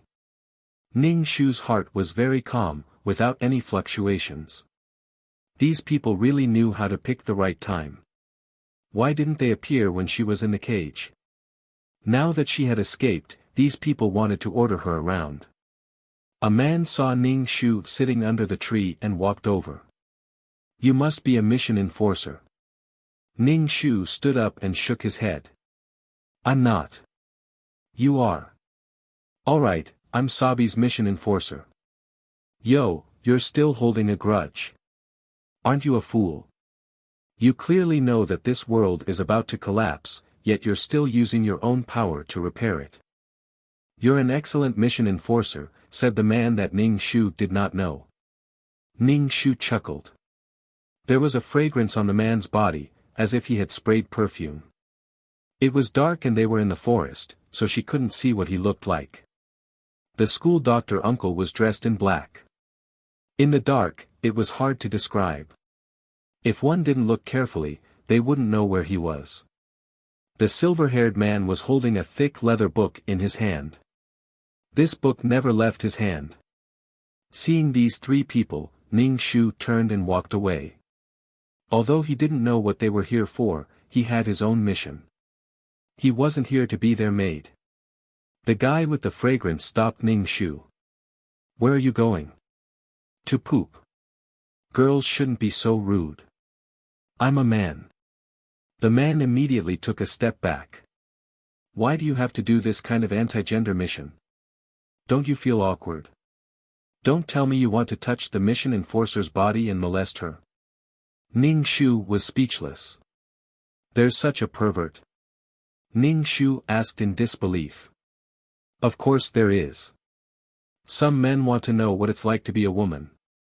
They're curious about what it's like to be a woman, said the fragrant man. Ning Shu was speechless. Why was she talking about this with a man she didn't know? Moreover, this man was so flirtatious. For a man to make himself so fragrant, wasn't he crazy? Ning Shu walked around him and quickly ran away. These three people weren't easy to deal with. They couldn't play together. You don't want to answer the last question. The silver-haired man closed the book and said to Ning Shu.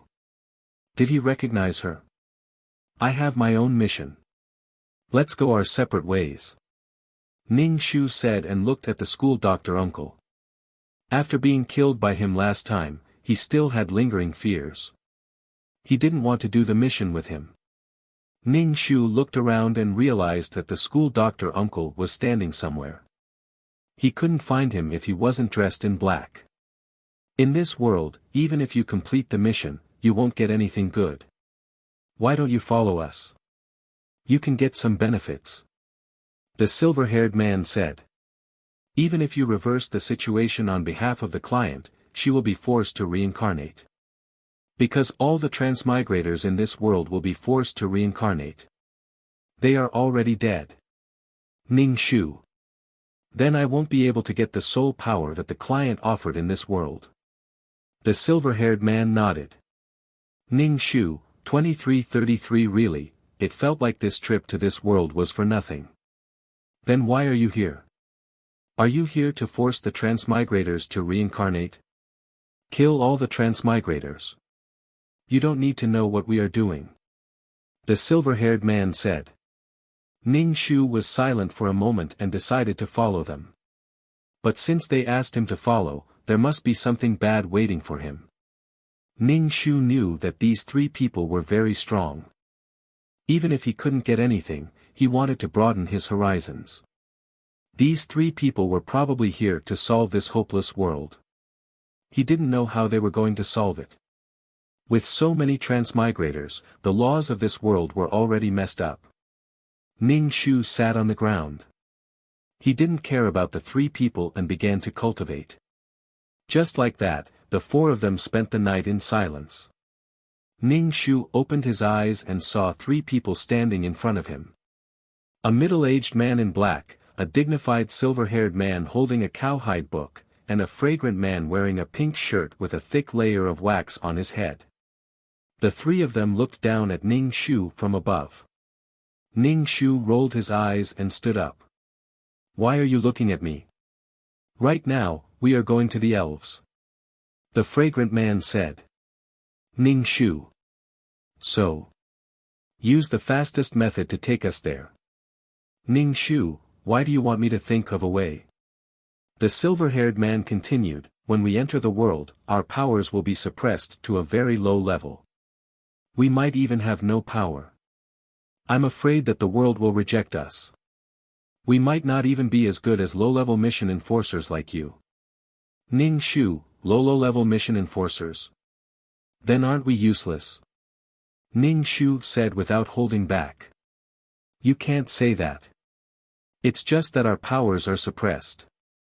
The fragrant man shrugged. What can I say? I'm also helpless. The middle-aged man stared at Ning Shu and asked calmly, You don't want to? Ning Shu, don't look at me like I'm dead. Chapter 14:14. Ning Shu didn't want to be with the three of them, and now they were staring at her with such threatening eyes. Ning Shu said directly, I don't want to, no matter how cheap you are. Ning Shu turned and left. You guys are strong, and I'm an ant. I'll go play by the side. Fragrant Wind stopped Ning Shu. Why are you so angry? Don't you want to know how to build a world? The silver-haired man asked. Nope. Yo, you're going to build a world.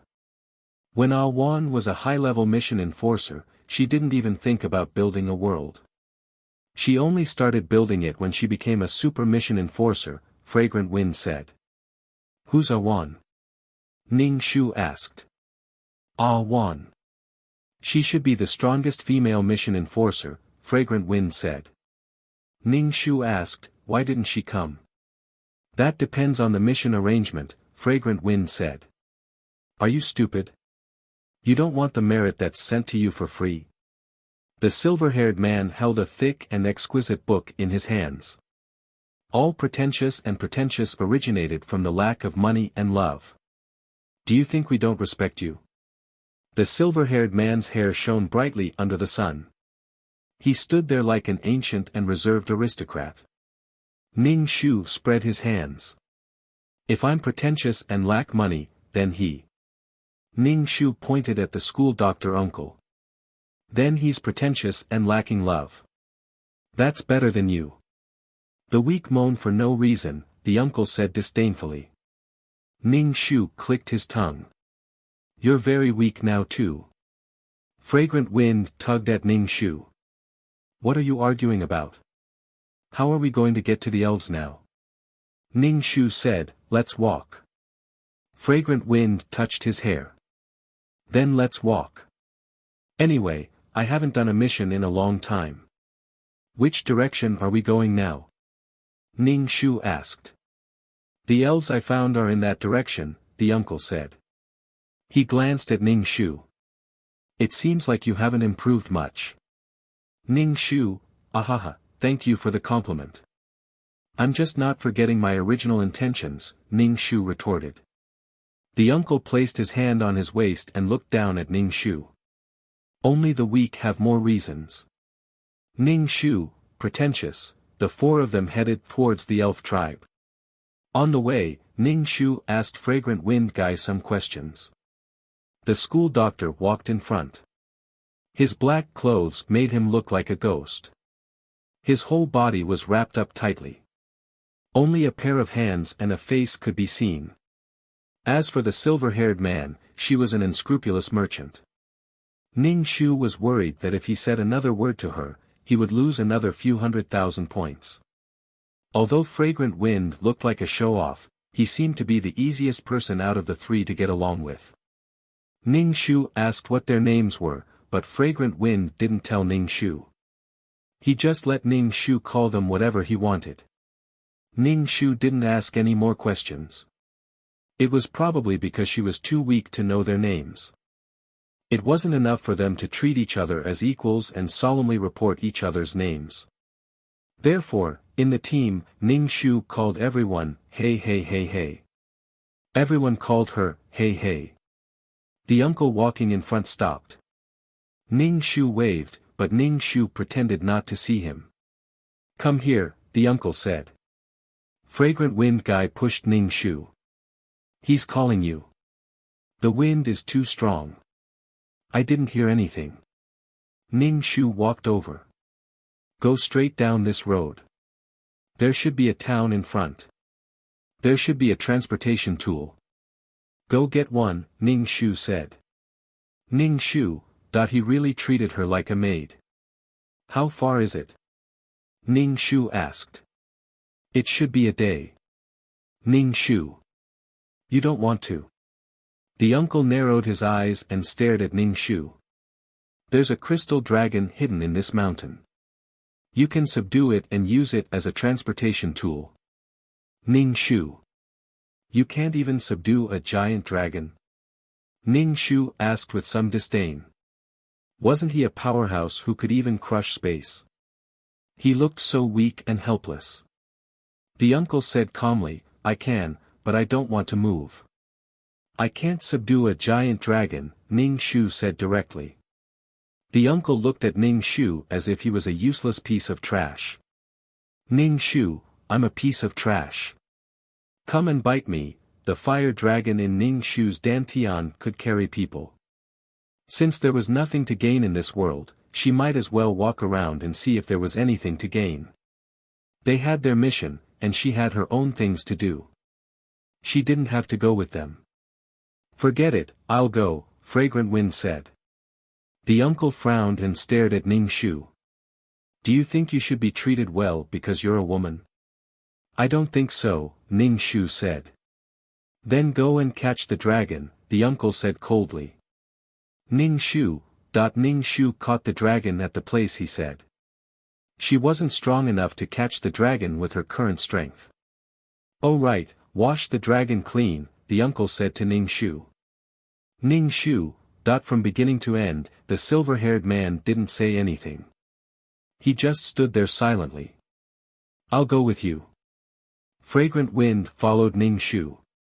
Ning Shu nodded. Do you have any grudges with him? Fragrant Wind asked Ning Shu. Ning Shu nodded. We've met a few times. He helped me and also killed me. What did you do to let him kill you? Fragrant Wind couldn't help but ask. Ning Shu spread her hands. What can I say? I'm desperate too. He's just being unreasonable. Fragrant Wind shrugged. Have you finished building your world? Ning Shu shook her head. No. Build your own world well.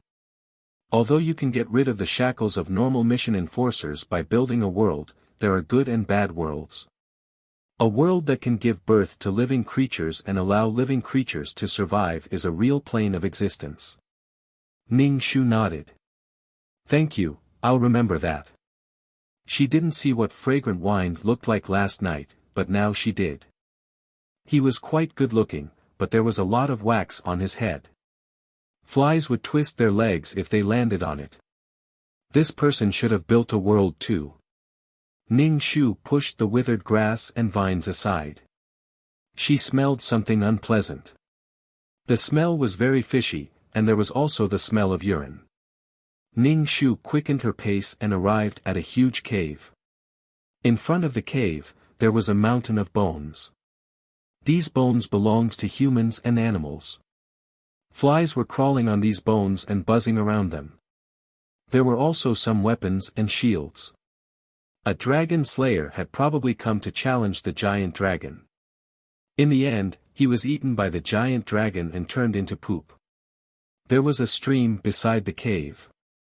The crystal dragon that the school doctor said should be in this cave. There was a faint sound coming from the cave. It sounded like snoring. The crystal dragon was probably sleeping inside. Ning Shu said to Fragrant Wind Man, I'll go then. Fragrant Wind nodded and put his hand behind his head. I'll keep a lookout for you. Chapter 14-15. Ning Shu walked to the entrance of the cave and cleared his throat. Hey, evil dragon, come out. Fragrant Wind was speechless. Ning Shu picked up the stones on the ground and threw them into the cave. A hurried sound came from inside, followed by the sound of huge wings flapping. Then, a huge lizard dragon flew out of the cave.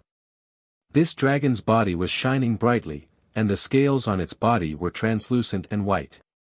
Hence, it was called the Crystal Dragon. The dragon flapped its wings. Ning Shu roared angrily. Then, Ning Shu spat out a mouthful of dragon flames. Ning Shu avoided the dragon flames. The dragon flames splashed on the ground and even melted the stones. Ning Shu clenched his fists and jumped onto the back of the crystal dragon. He punched the back of the crystal dragon. The crystal dragon hissed in pain and said in human language, "Despicable human." Ning Shu was surprised. "Ah, you can talk. It's much easier to communicate if you can talk. We're going to the elf tribe. Help us," Ning Shu said. "Impudent. How dare you insult the great giant dragon?" The crystal dragon shook its body, trying to throw Ning Shu off its back. Ning Shu punched the crystal dragon's back heavily. The crystal dragon roared in pain and fell heavily to the ground. The entire ground seemed to tremble. Ning Shu cast a spell and froze the crystal dragon's body. Then, he dragged the crystal dragon by its legs and dragged it to the stream. He put it in the water and washed it for a while. The crystal dragon was speechless. Despicable human. Ning Shu carried the huge crystal dragon and walked back. Fragrant wind patted the crystal dragon. Not bad. Ning Shu carried the crystal dragon back and saw the school doctor and the silver-haired man standing there without saying anything. The silver-haired man's hair was long and was blown by the breeze. Ning Shu had always felt that he wasn't human. The two of them fought in the forest, as if they were perverts who had walked out of a manga. Ning Shu carried the crystal dragon over and removed the body-securing talisman on the crystal dragon. The uncle sized up the crystal dragon. The crystal dragon squatted on the ground and growled softly. "I think things like demonic beasts are suitable to be placed in your world," the silver-haired man said to Fragrant Wind Man. "My world is only suitable for noble and indifferent races like the elf tribe," Fragrant Wind Man said as he touched his glossy hair, looking handsome and charming. "They won't cause any damage to my world. Forget about the humans. I'll leave the humans to you. The destructive power of humans is too strong. The world will collapse because of them. What are you afraid of? You have more than one world. Can't you take out a world to store a magical beast?" The silver-haired man said calmly. Ning Shu looked at Fragrant Wind Man in surprise. He didn't expect that this seemingly frivolous and sloppy person had actually constructed so many worlds. She had already spent a lot of effort on just one world. There must be secrets that she couldn't access. Ning Shu threw away the impetuosity in her heart. No matter how strong these people were, she only needed to take one step at a time. There were many powerful people in this world. If she compared herself to everyone, she would tire herself to death and make her mentality unbalanced. "I dragged the crystal dragon over," Uncle Ning Shu said. Ning Shu didn't blame him for being cold and heartless.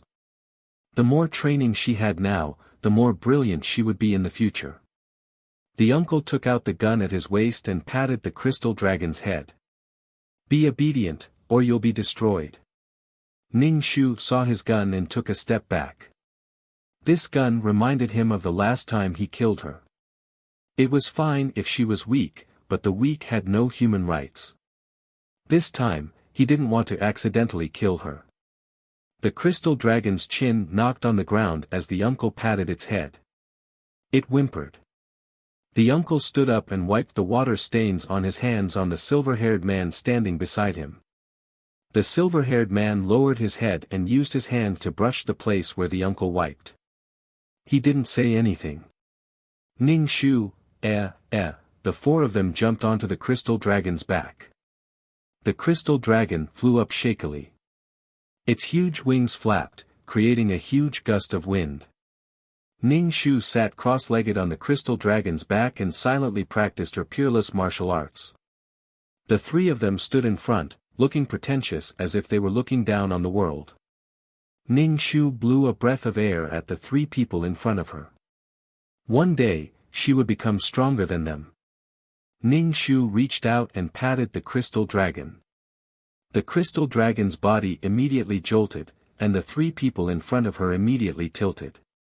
Ning Shu laughed in her heart. She used her hand as a gun and shot at the three people in front of her. The school doctor turned his head and saw Ning Shu pointing a finger at him. Her expression was cold and her eyes were cold and evil. Ning Shu retracted her finger without changing her expression. She shot herself in the head and then lay down on the crystal dragon's back to sleep. The school doctor turned his head and talked to the silver-haired man. Ning Shu opened her eyes. Seeing that the school doctor wasn't paying attention to her, she sat cross-legged and began to cultivate. The crystal dragon that had been flying all this time seemed a little tired. Even the flapping of its wings seemed a little weak. Ning Shu stopped and stood up. She said to the three people in front of her, "The crystal dragon is a little tired. Let's take a rest." Fragrant Wind Man nodded. "Okay, let's take a rest." The crystal dragon flapped its wings and found a place to land. Ning Shu jumped off the crystal dragon's back. The crystal dragon's head knocked on the ground. White smoke came out of its nostrils. Sparks flew out of its nostrils. It looked really tired. "Let's go find something to eat. The crystal dragon is hungry too," Ning Shu and the other two said. "The crystal dragon can hunt by itself. We don't need to eat. If you want to eat, go get it yourself," the uncle said. Ning Shu secretly rolled her eyes. She really didn't like it. Ning Shu patted the crystal dragon's head. "Go find something to eat." Ning Shu found a tree to lean against. She ate a fasting pill. The crystal dragon went to hunt by itself. Ning Shu and Fragrant Wind Man asked, "Is your mission to move the creatures of this world to another world?" Fragrant Wind Man nodded. "The laws of this world can't be repaired. Perhaps the plane will be destroyed tomorrow. There are so many creatures here. We can't let them die. There's also the debris from the plane's collapse. We have to clean it up. Otherwise, the debris will affect the neighboring planes." "Oh," Ning Shu replied and nodded. It looked like the three of them had a big mission this time. After all, this plane was too big. There were many creatures. Other than this, the three of them would definitely get some benefits. After all, they had to use their world. Ning Shu thought to herself. If she encountered any treasure, she would definitely keep it. She couldn't leave this world without anything. She couldn't get a share of Wu Xiaolan's soul power in this world. Even if she counterattacked and Wu Xiaolan was forced to reincarnate.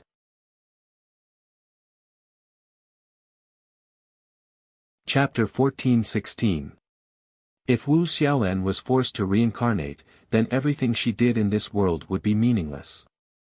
Because this world was about to collapse, Wu Xiaolan wouldn't come back. Sigh, the crystal dragon that went hunting came back.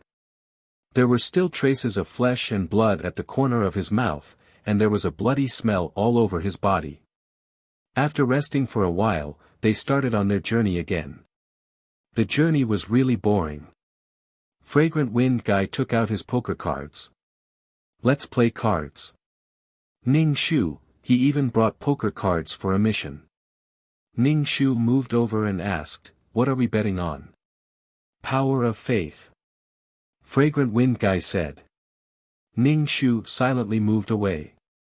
She couldn't afford to play this game. "Not playing?" Fragrant Wind Guy Ning Shu asked. Ning Shu quickly waved her hand. Fragrant Wind Guy asked the uncle and the silver-haired guy, "Do you guys want to play?" The silver-haired guy kept flipping through his book. The uncle didn't say anything. Fragrant Wind Guy could only play Train Dragon by himself. Ning Shu cultivated on the side, silently thinking about the information about the elves. The elves were long-lived, noble, elegant, smart, beautiful, and almost one with nature. They were good at using magic and bows. They lived in the forest and formed a relatively loose kingdom. They were equal and friendly to each other. The elves were usually disorderly and kind. They were hostile to the evil races, while they could get along with the good races. There was the Tree of Life, Fairy Spring Water, singing about the beautiful nature and listening to the gurgling stream. This kind of race had no ambition and would never plunder nature. They weren't greedy like humans, who could play until the plane collapsed.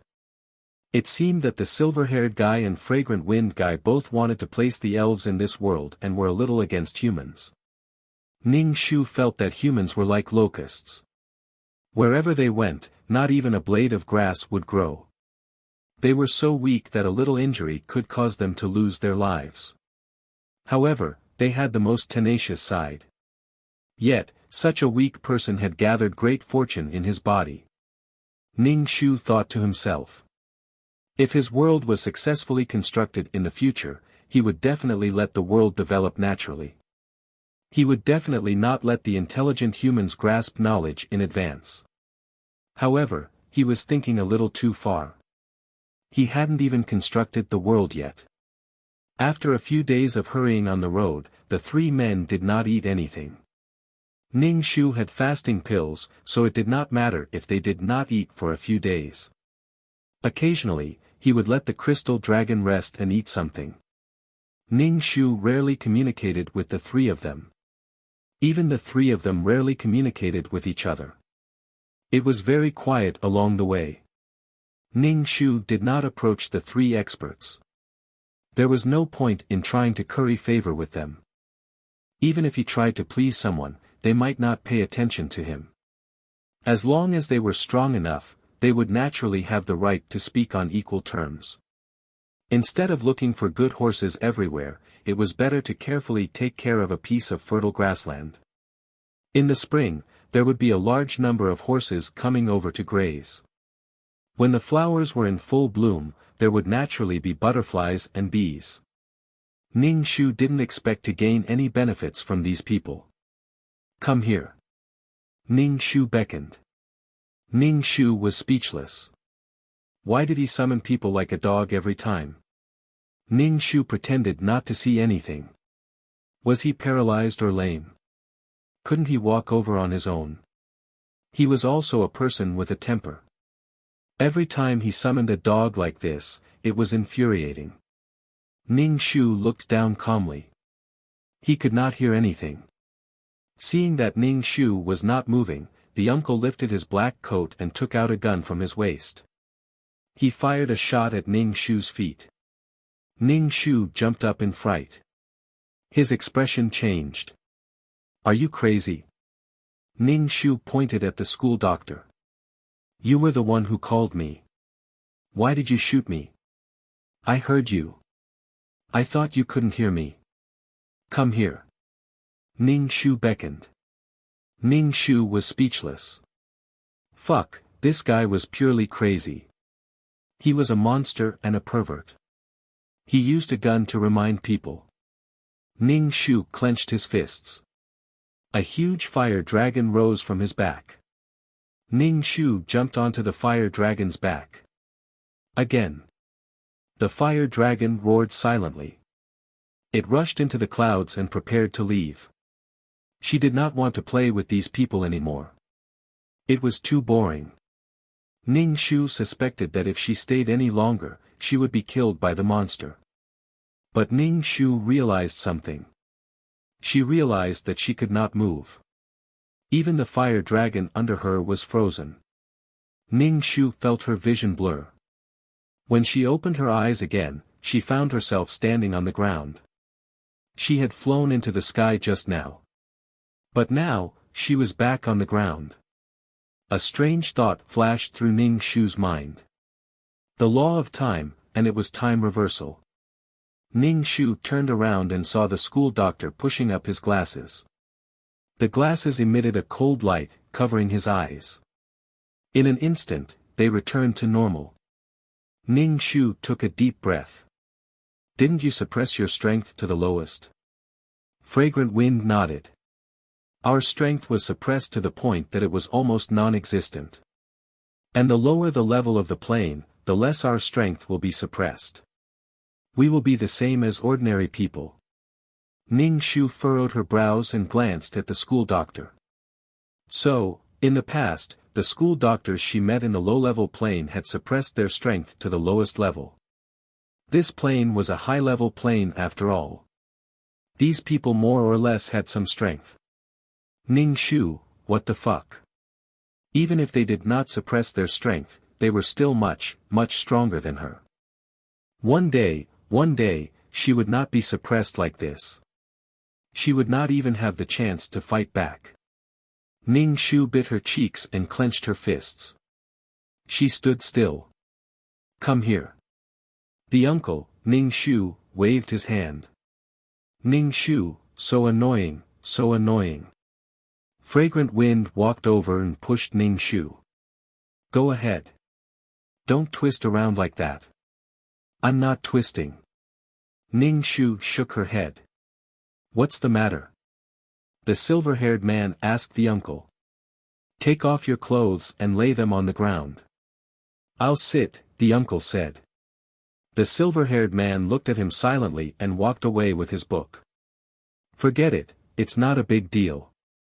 Use mine. Fragrant Wind took off his jacket. The uncle shook his head. Your clothes are too dirty and smelly. Ning Shu, TSK, this problem was getting worse. Ning Shu despised him. Even his best friend could not bear to see him like this. I'm a woman. If you take it off, I'll be naked. Besides, I haven't bathed and changed in a long time, Ning Shu said. It seemed like she could not run away. Bitch. Ning Shu's expression was indifferent. She ate a fasting pill and chanted the clear heart mantra in her heart.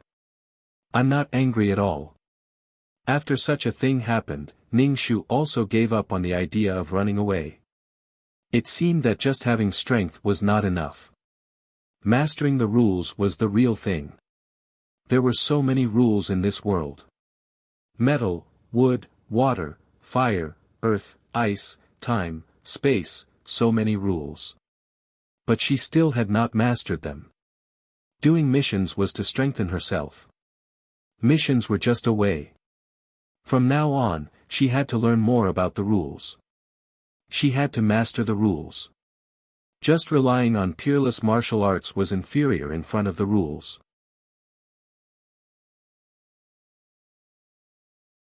Chapter 14-17. The previous ruby ring allowed Ning Shu to witness the power of the law for the first time. She also witnessed the reversal of time just now.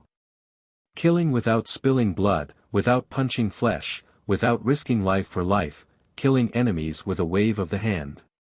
Her sleeves fluttered in the wind, how cool was that? This was what Ning Shu was pursuing. Ning Shu drank a mouthful of water, her heart was filled with a strong fighting spirit. She had come into contact with a more advanced attack method, and in the future, she would master this kind of attack method. She would become stronger and stronger. In the past, she relied on her will to support herself, although she understood that she had to be strong. She told herself over and over again. But now, the thick fog in front of her was pushed away, and she could clearly see the road ahead. Construct the world, master the law. Ning Shu drank the clear water, and someone patted her shoulder. It was Fragrant Wind. Give me a drink, I'm thirsty. Ning Shu handed him the water bottle and turned to look at Fragrant Wind's face.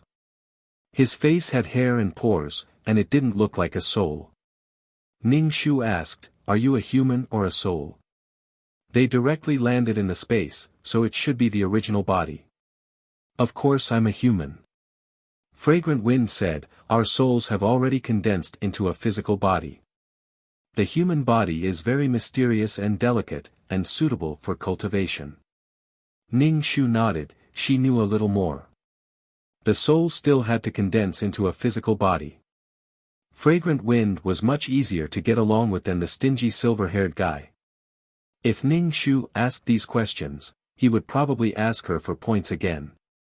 After condensing into a physical body, even if the physical body was destroyed and turned into a soul, it could still be condensed again. Ning Shu found that the job of a task enforcer was quite good.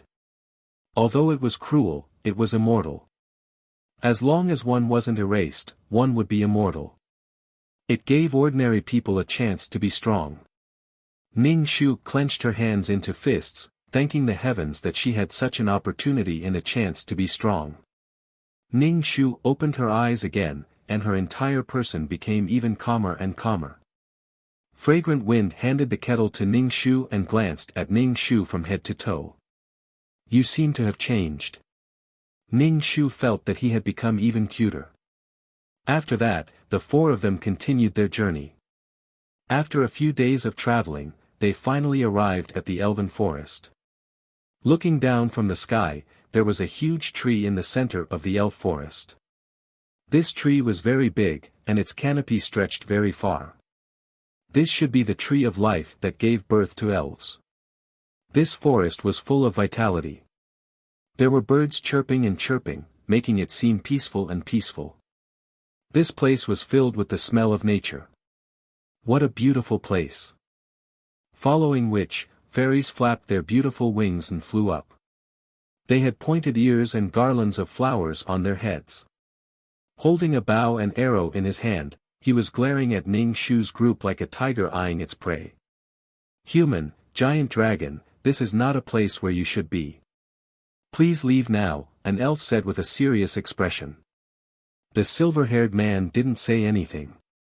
The exquisite book in his hand rose into the air, and the pages of the book fluttered. Ning Shu stared at the silver-haired man's book. He never left this book. What was he going to do now? The elf looked at the pages flipping in the air, picked up the whistle in front of his chest, and blew it melodiously. After blowing the whistle, a large number of elves quickly flew over. The pages of the book flipped even faster. The elves' faces were heavy, and a heavy atmosphere flowed between them. Fragrant Wind seemed to be a little worried.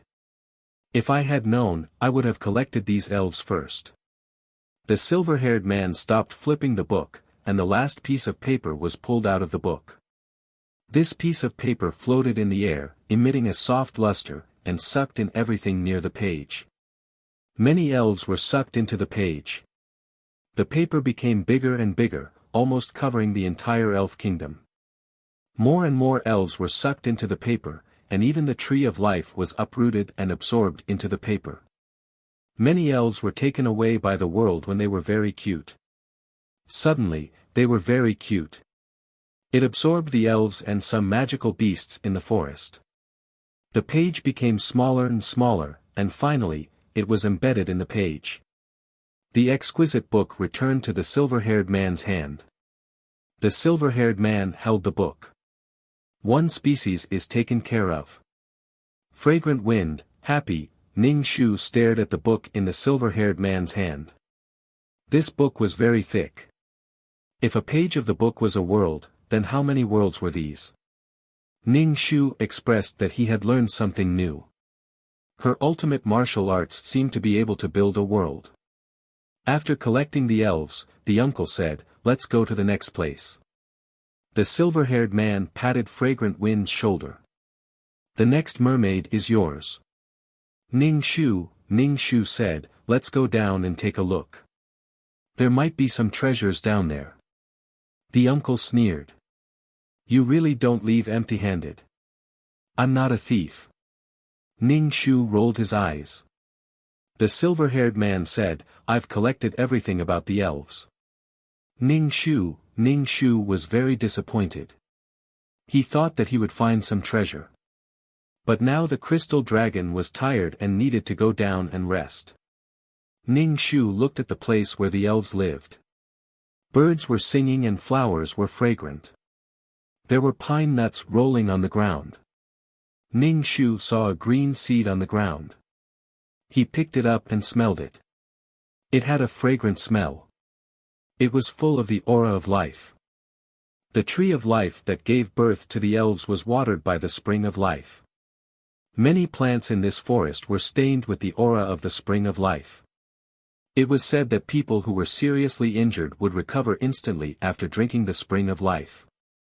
Ning Shu suspected that the source of the spring of life was the origin of the wood element world. But it was all taken away by the silver-haired man. Ning Shu was very annoyed.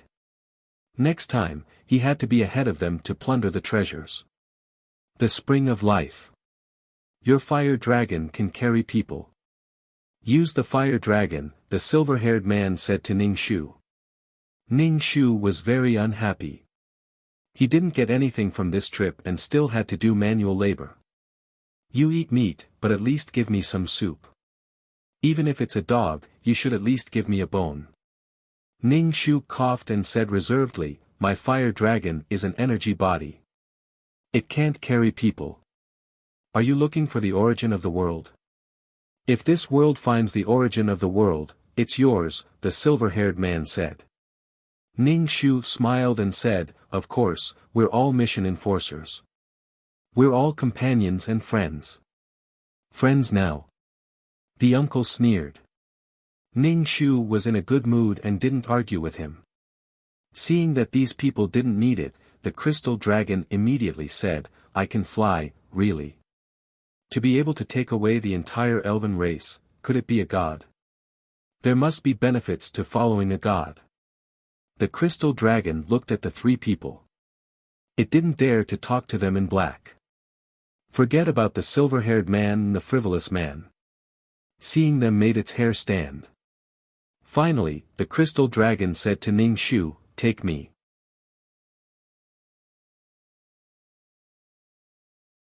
Chapter 14:18. Although the crystal dragon didn't know what these people wanted to do, they were so powerful. There might be some benefits for following them. If they saw that it had suffered, they might give it some treasures. Moreover, it had witnessed the disappearance of the elves. How proud would it be if it told others that it was the only one who knew the truth? This feeling was really great. The crystal dragon ran in front of Ning Shu. Take me with you. I can fly and I know where the merfolk are. Ning Shu was also quite speechless. She had the least say in this team, so why did they want to give it to her? Picking the soft persimmon. Shouldn't they talk to the three of them? Ning Shu spread his hands. Why don't we take it with us? Anyway, it said that it can fly. The crystal dragon nodded. Yes, yes. Then follow us. If there is any danger, let it take the lead. Fragrant Wind said. Crystal dragon, what a joke. They were so powerful. Why would they need it to be cannon fodder? After taking away the elves, they went to the sea. After crossing this mountain range, there was a sea. There were many magical beasts in the sea. There might be more magical beasts in the sea than on land. Here lived the beautiful and dreamy merfolk who were good at confusing people. Ning Shu looked down at the sea from the back of the crystal dragon. The sea was sparkling. Under the sunlight, it was as if it was sprinkled with gold powder, shining with a luster. The beautiful and dangerous sea. Ning Shu saw some fish leaping out of the sea. There were also beautiful merfolk jumping on the lake or sitting on the reef. Their lower bodies were fish tails and their upper bodies were human bodies. They were naked and their seaweed-like hair covered their plump breasts. Their mouths spat out beautiful music that made people sink into it. Fragrant Wind covered his chest with an intoxicated expression. This sound is really nice. It's the best in my world. Ning Shu, wasn't it because of their looks? The crystal dragon flapped its wings. Suddenly, a water column rushed out from below. It should be the magical beasts below attacking them. The crystal dragon flapped its wings and avoided the water column. Although it avoided it, everyone was still drenched. Ning Shu wiped his face and saw that the other three were also drenched. Ning Shu said, this water must have come from the magic beast's mouth. Then, Ning Shu was satisfied to see the school doctor's face turn cold. That's awesome. The school doctor brushed off the water droplets on his body and wiped his hands on Ning Shu's body. Ning Shu was speechless. Whoever stood next to him would be unlucky. Human clothes were not rags. She really didn't know how he had managed to survive until now. Why hadn't he been beaten to death? It was unthinkable that mission enforcers would have this strange habit of being misophobic. Ning Shu wanted to wipe it back, but he was worried about the gun at his waist, so he just treated it as if it had been scratched by a pig trotter. The mermaids sitting on the reef saw the crystal dragon in the sky. One after another, they jumped off the reef and revealed their heads above the water surface. They sang with extreme affection. Their voices were mellow and melodious, making people who heard them dizzy. Ning Shu's mental power was strong, so he wasn't affected by the song. His expression was calm. A tree slowly appeared above Fragrant Wind's head. The tree didn't look big, but it had many branches and leaves. Fragrant Wind opened his palm, and the tree floated in his palm. Finally, the tree became bigger and bigger, thicker and thicker. The branches and leaves were dense and impenetrable. It was very beautiful. The tree was full of life and had a fresh smell. The leaves rustled. Could it be that Fragrant Wind's world was a tree? There were so many carriers to build worlds. There were books and trees. Ning Shu glanced at the uncle. He didn't know what kind of carrier the world he built was. The tree grew bigger and bigger. It began to crazily absorb the seawater, mermaids, and magic beasts at the bottom of the sea. Ning Shu saw that these things finally gathered in a leaf. Ning Shu almost couldn't breathe. One leaf was a world. How many worlds were there on this tree? Ning Shu was so shocked that his eyeballs were about to explode. One leaf, one flower, one world. Ning Shu finally saw it. It was really eye-opening. After taking away the mermaids, Fragrant Wind's tree became smaller and slowly merged into Fragrant Wind's body. One down. Fragrant Wind snapped his fingers. Finally, there was a beautiful species. Fragrant Wind sat on the back of the crystal dragon. Ning Shu moved over and said, "You're amazing." "Hey, what's so amazing about it?" "It's just a so-so." Fragrant Wind said. "One leaf, one world. You've built so many worlds. It's not simple." Fragrant Wind shook his head. "Not every leaf became a world. Besides, I was lucky enough to meet the world tree by chance. That's why I was able to build a world. So this tree was called the world tree. Being able to meet this kind of tree was also a chance." Ning Shu had never heard of this before. He felt that he was a frog at the bottom of a well. His world is the amazing one. Fragrant Wind pouted in the uncle's direction. "The world I built can't evolve on its own. His world's laws can evolve on its own." Ning Shu nodded. After receiving so many blows, his heart became numb. Previously, Ning Shu felt that building a world was tiring enough. Now, it seemed that there was a higher level above. It wasn't that a person could only build one world. Ning Shu planned in his heart. First, he would build a world and get rid of the shackles of normal mission enforcers. Then, he would think of ways to build more worlds. There were many treasures in the world that could build worlds. Ning Shu touched his chest. His heart was beating fast and his blood was boiling. The crystal dragon was very tired. However, in order to avoid the fate of being abandoned, it tried its best to hold on. Ning Shu released a huge fire dragon. Everyone jumped on the fire dragon. The crystal dragon was thick-skinned and also moved up. It laid on the fire dragon and panted heavily. Ning Shu suddenly thought of a problem. He asked the silver-haired man next to him, "Why don't we just use the space rule to go over? If one knew the space rule, they could set a point. The shortest line between the 2 points could be reached in an instant." The silver-haired man glanced at Ning Shu. Ning Shu immediately regretted asking this question. The silver-haired man said reservedly, "You know about the butterfly effect, right? The laws of this world are already extremely fragile. Using the space rule might not seem like a big deal, but for the laws of this world, it might be a huge storm. We can't take the risk. Ning Shu nodded and thanked him. Thank you, I understand. The silver-haired man nodded, 500,000 points. Ning Shu. Ning Shu's face twitched. Knowledge is power and money. You've gained knowledge. Shouldn't you pay something for it? The silver-haired man said lightly. Ning Shu applauded. You're right. I can't refute it at all. You're right.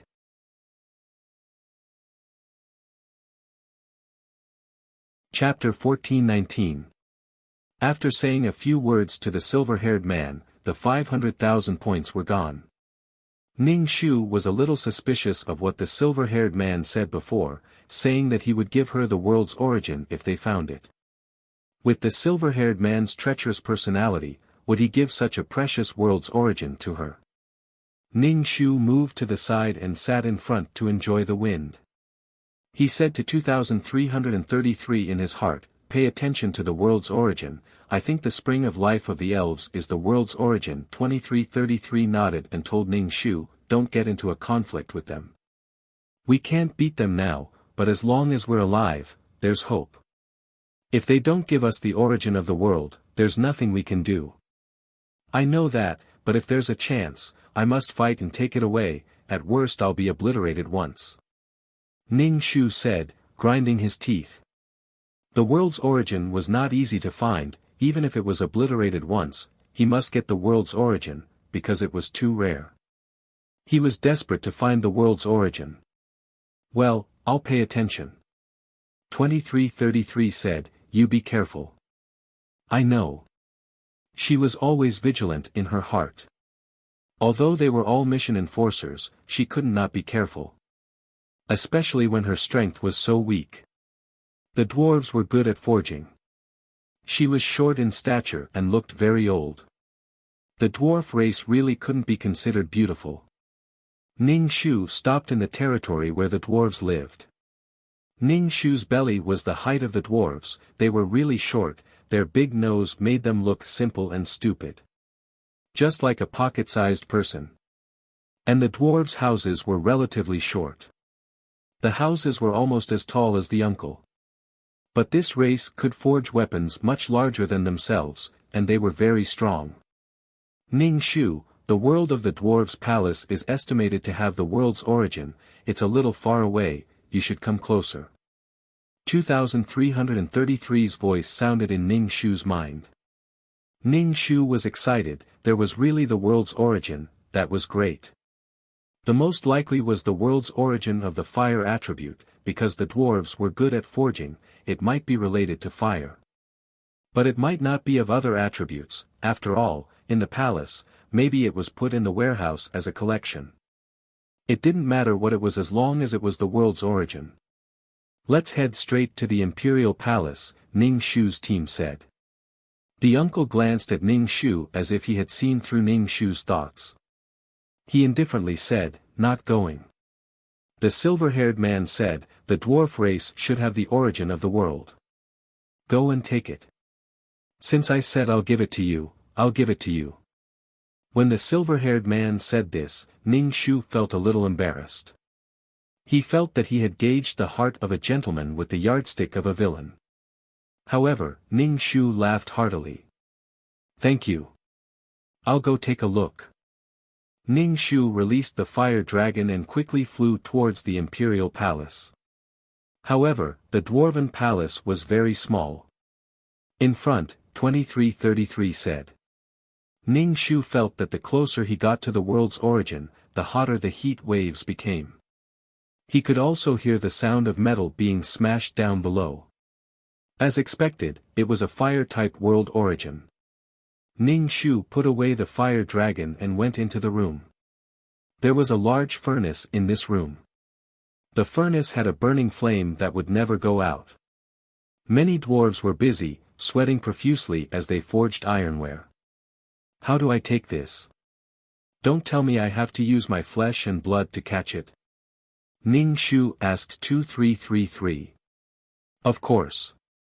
If you don't touch it, how can I take it away? 2333 said. Ning Shu took a deep breath and rushed straight into the room. The dwarves who were smashing iron looked at Ning Shu, who suddenly broke in with a confused look. Then they watched as Ning Shu put his hand into the furnace like an idiot. Where did this idiot come from? Putting his hand into the heavenly fire. The heavenly fire could even melt the stiffest 9-heaven star iron. It was all thanks to the heavenly fire that the dwarves' forging technology was becoming more and more advanced. Ning Shu put his hand into the heavenly fire and suddenly felt that he was going to be burned. He suddenly howled in pain. The dwarves, this is a fool, just as Ning Shu felt that his hand was going to be melted by the fire attribute of the world, the burning heavenly fire in the furnace disappeared. Ning Shu looked at his hand. It had been burned beyond recognition. It was red and full of blisters. The dwarves, God damn it, where is the heavenly fire? The room was quiet. The dwarves stared at Ning Shu with their eyes wide open. They had not recovered from the blow of losing the heavenly fire for a while. Ning Shu saw these dwarves staring at him with their eyes wide open. Ning Shu lifted his blistered hand and rushed out of the room. God, someone stole the heavenly fire. That long-legged human stole the heavenly fire. The dwarves chased after Ning Shu with their short legs. Ning Shu released the fire dragon, jumped on the fire dragon and ran away. The dwarves jumped up and patted their buttocks with both hands. After losing the heavenly fire, the whole palace was restless. Ning Shu returned to the outside of the city and saw 3 men leisurely. Ning Shu walked over with his blistered hand.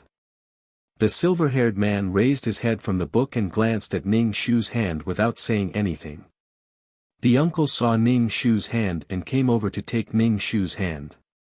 He saw the dense blisters. The uncle squatted down, picked up a small branch, and poked several blisters on Ning Shu's hand. The juice in the blisters splashed out, and Ning Shu shook off his hand in pain. Are you sick? Ning Shu was speechless. Did he know how painful it was to be poked? It feels good. The uncle wiped his hand on Ning Shu's body. Ning Shu, what the hell, this is a psychopath. The feeling of poking blisters was like squeezing acne, and the juice splashed out, which was particularly refreshing. Or the pleasure of squeezing out a large lump of black hair. She was in so much pain, bitch. Ning Shu gently wiped the water that flowed out with a paper. She was seriously burned, and she could still do such a thing. Evil. Then he applied some medicine on his hand and mobilized his dantian to start healing the burn. I'm injured now, so I can't fly now. Do as you see fit, Ning Shu said angrily. The 3 men didn't care about what Ning Shu said at all. The crystal dragon immediately said, I can fly, ride me. Ride, can you have some dignity as a dragon? Fragrant wind took away all the short-legged dwarves that were chasing after them. They began to head towards the Orc Empire. Ning Shu was very happy. He got the origin of the world at such a small price of being burned. It was really a gain. Ning Shu sat on the back of the crystal dragon, smiling, holding his face with his hands, looking at the scenery that was passing by. Oh, damn, why am I so happy? What are you smiling about? You're smiling so casually, Fragrant Wind Man Ning Shu asked. Nothing. Ning Shu spread his hands. Don't tell me you're happy because he poked your blisters. Ning Shu's face twitched, and his face almost cramped. Don't poke it at all, okay? Did she ask him for help? It was very easy to get infected if he poked it directly. The flesh inside was tender and painful.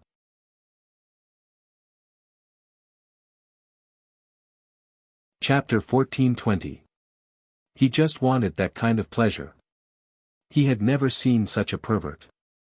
Moreover, he directly picked up the branches on the ground and poked them without disinfecting them. He even wiped his hands on her body.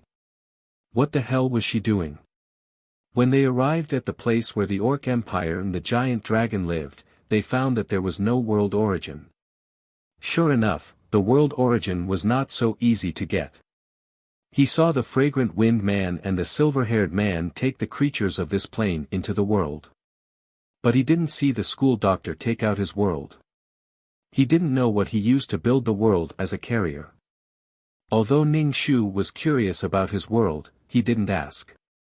It was boring to go up and ask for a snub and get a nose full of dust. After that, Ning Shu didn't encounter the world origin again. However, the world origin wasn't so easy to encounter. It was already very satisfying to meet one.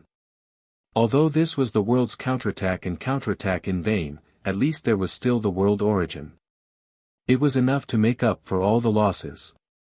The last human was in the silver-haired man's world. Although the silver-haired man was expressionless, Ning Shu still felt that he was unhappy. And he didn't take away all the humans, but made a selection.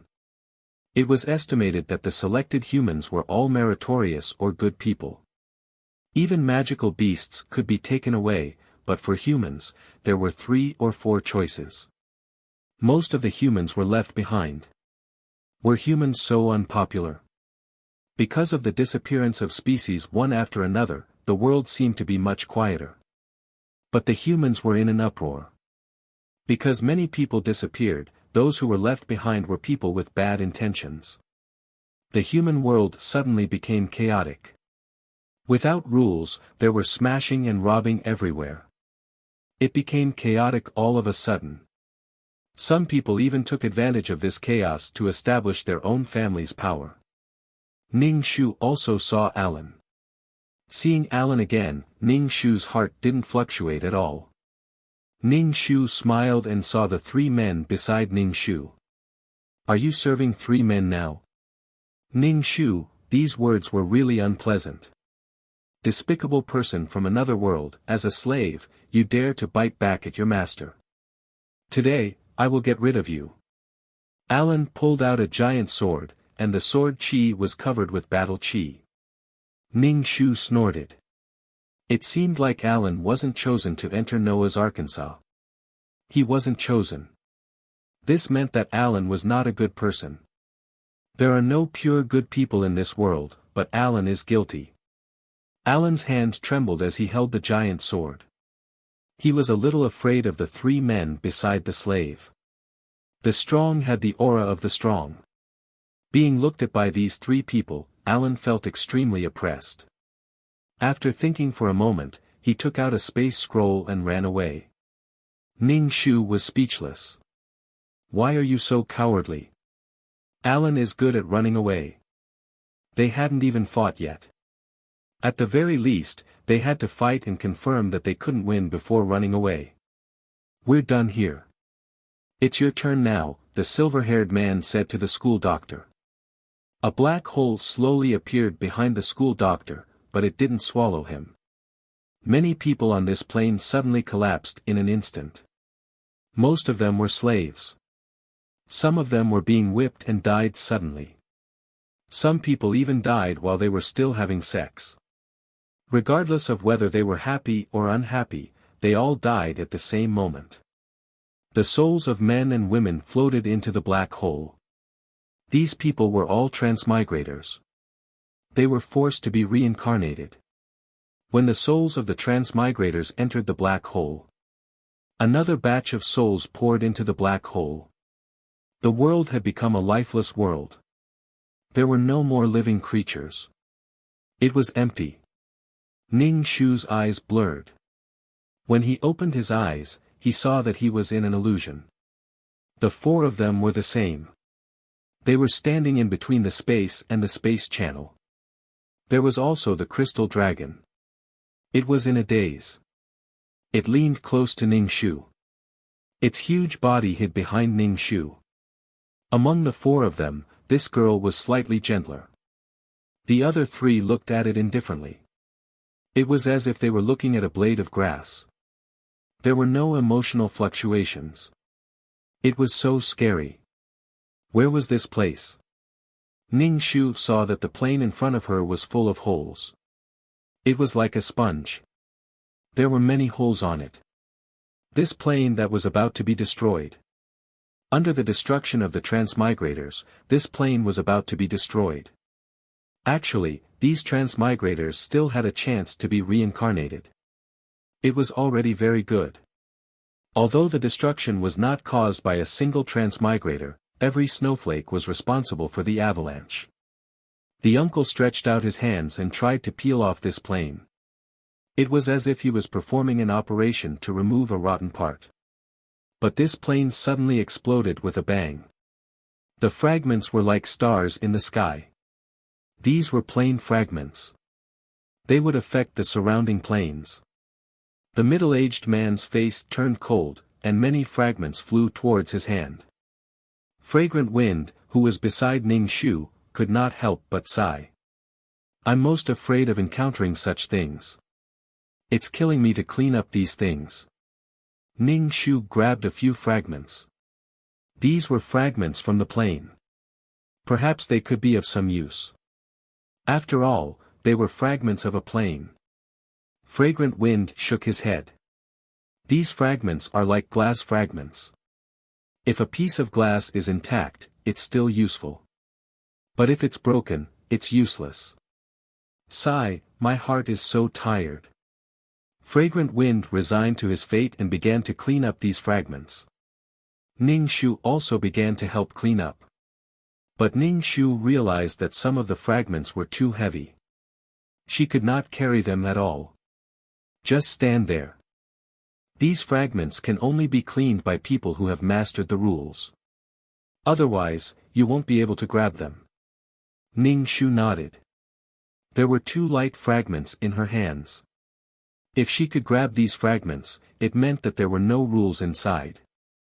The 3 of them had been busy collecting the fragments. And they looked like they were having a hard time. It was not easy for everyone. The greater the power, the greater the responsibility. She was the only weakling watching from the side. She was floating in the void. Her feet could not touch the ground. Her heart was in suspense. She did not feel safe. She did not know when they would finish cleaning up. What are they doing? The crystal dragon hiding behind Ning Shu asked her. It's considered saving the common people. This world is about to be destroyed. So we have to save as many living things as possible, Ning Shu said. Not everyone was saved. Actually, among the species saved, the proportion of humans was the smallest. They would enter the cycle of reincarnation. At least they had a chance to be reincarnated. They would not be destroyed along with the plane. Are they some kind of gods? The crystal dragon asked. Ning Shu looked at the 3 busy people. I guess so. I'm also someone who wants to become a god. She had broadened her horizons. The people above were much stronger than her. She stood below. She could not imagine what the scenery above was like.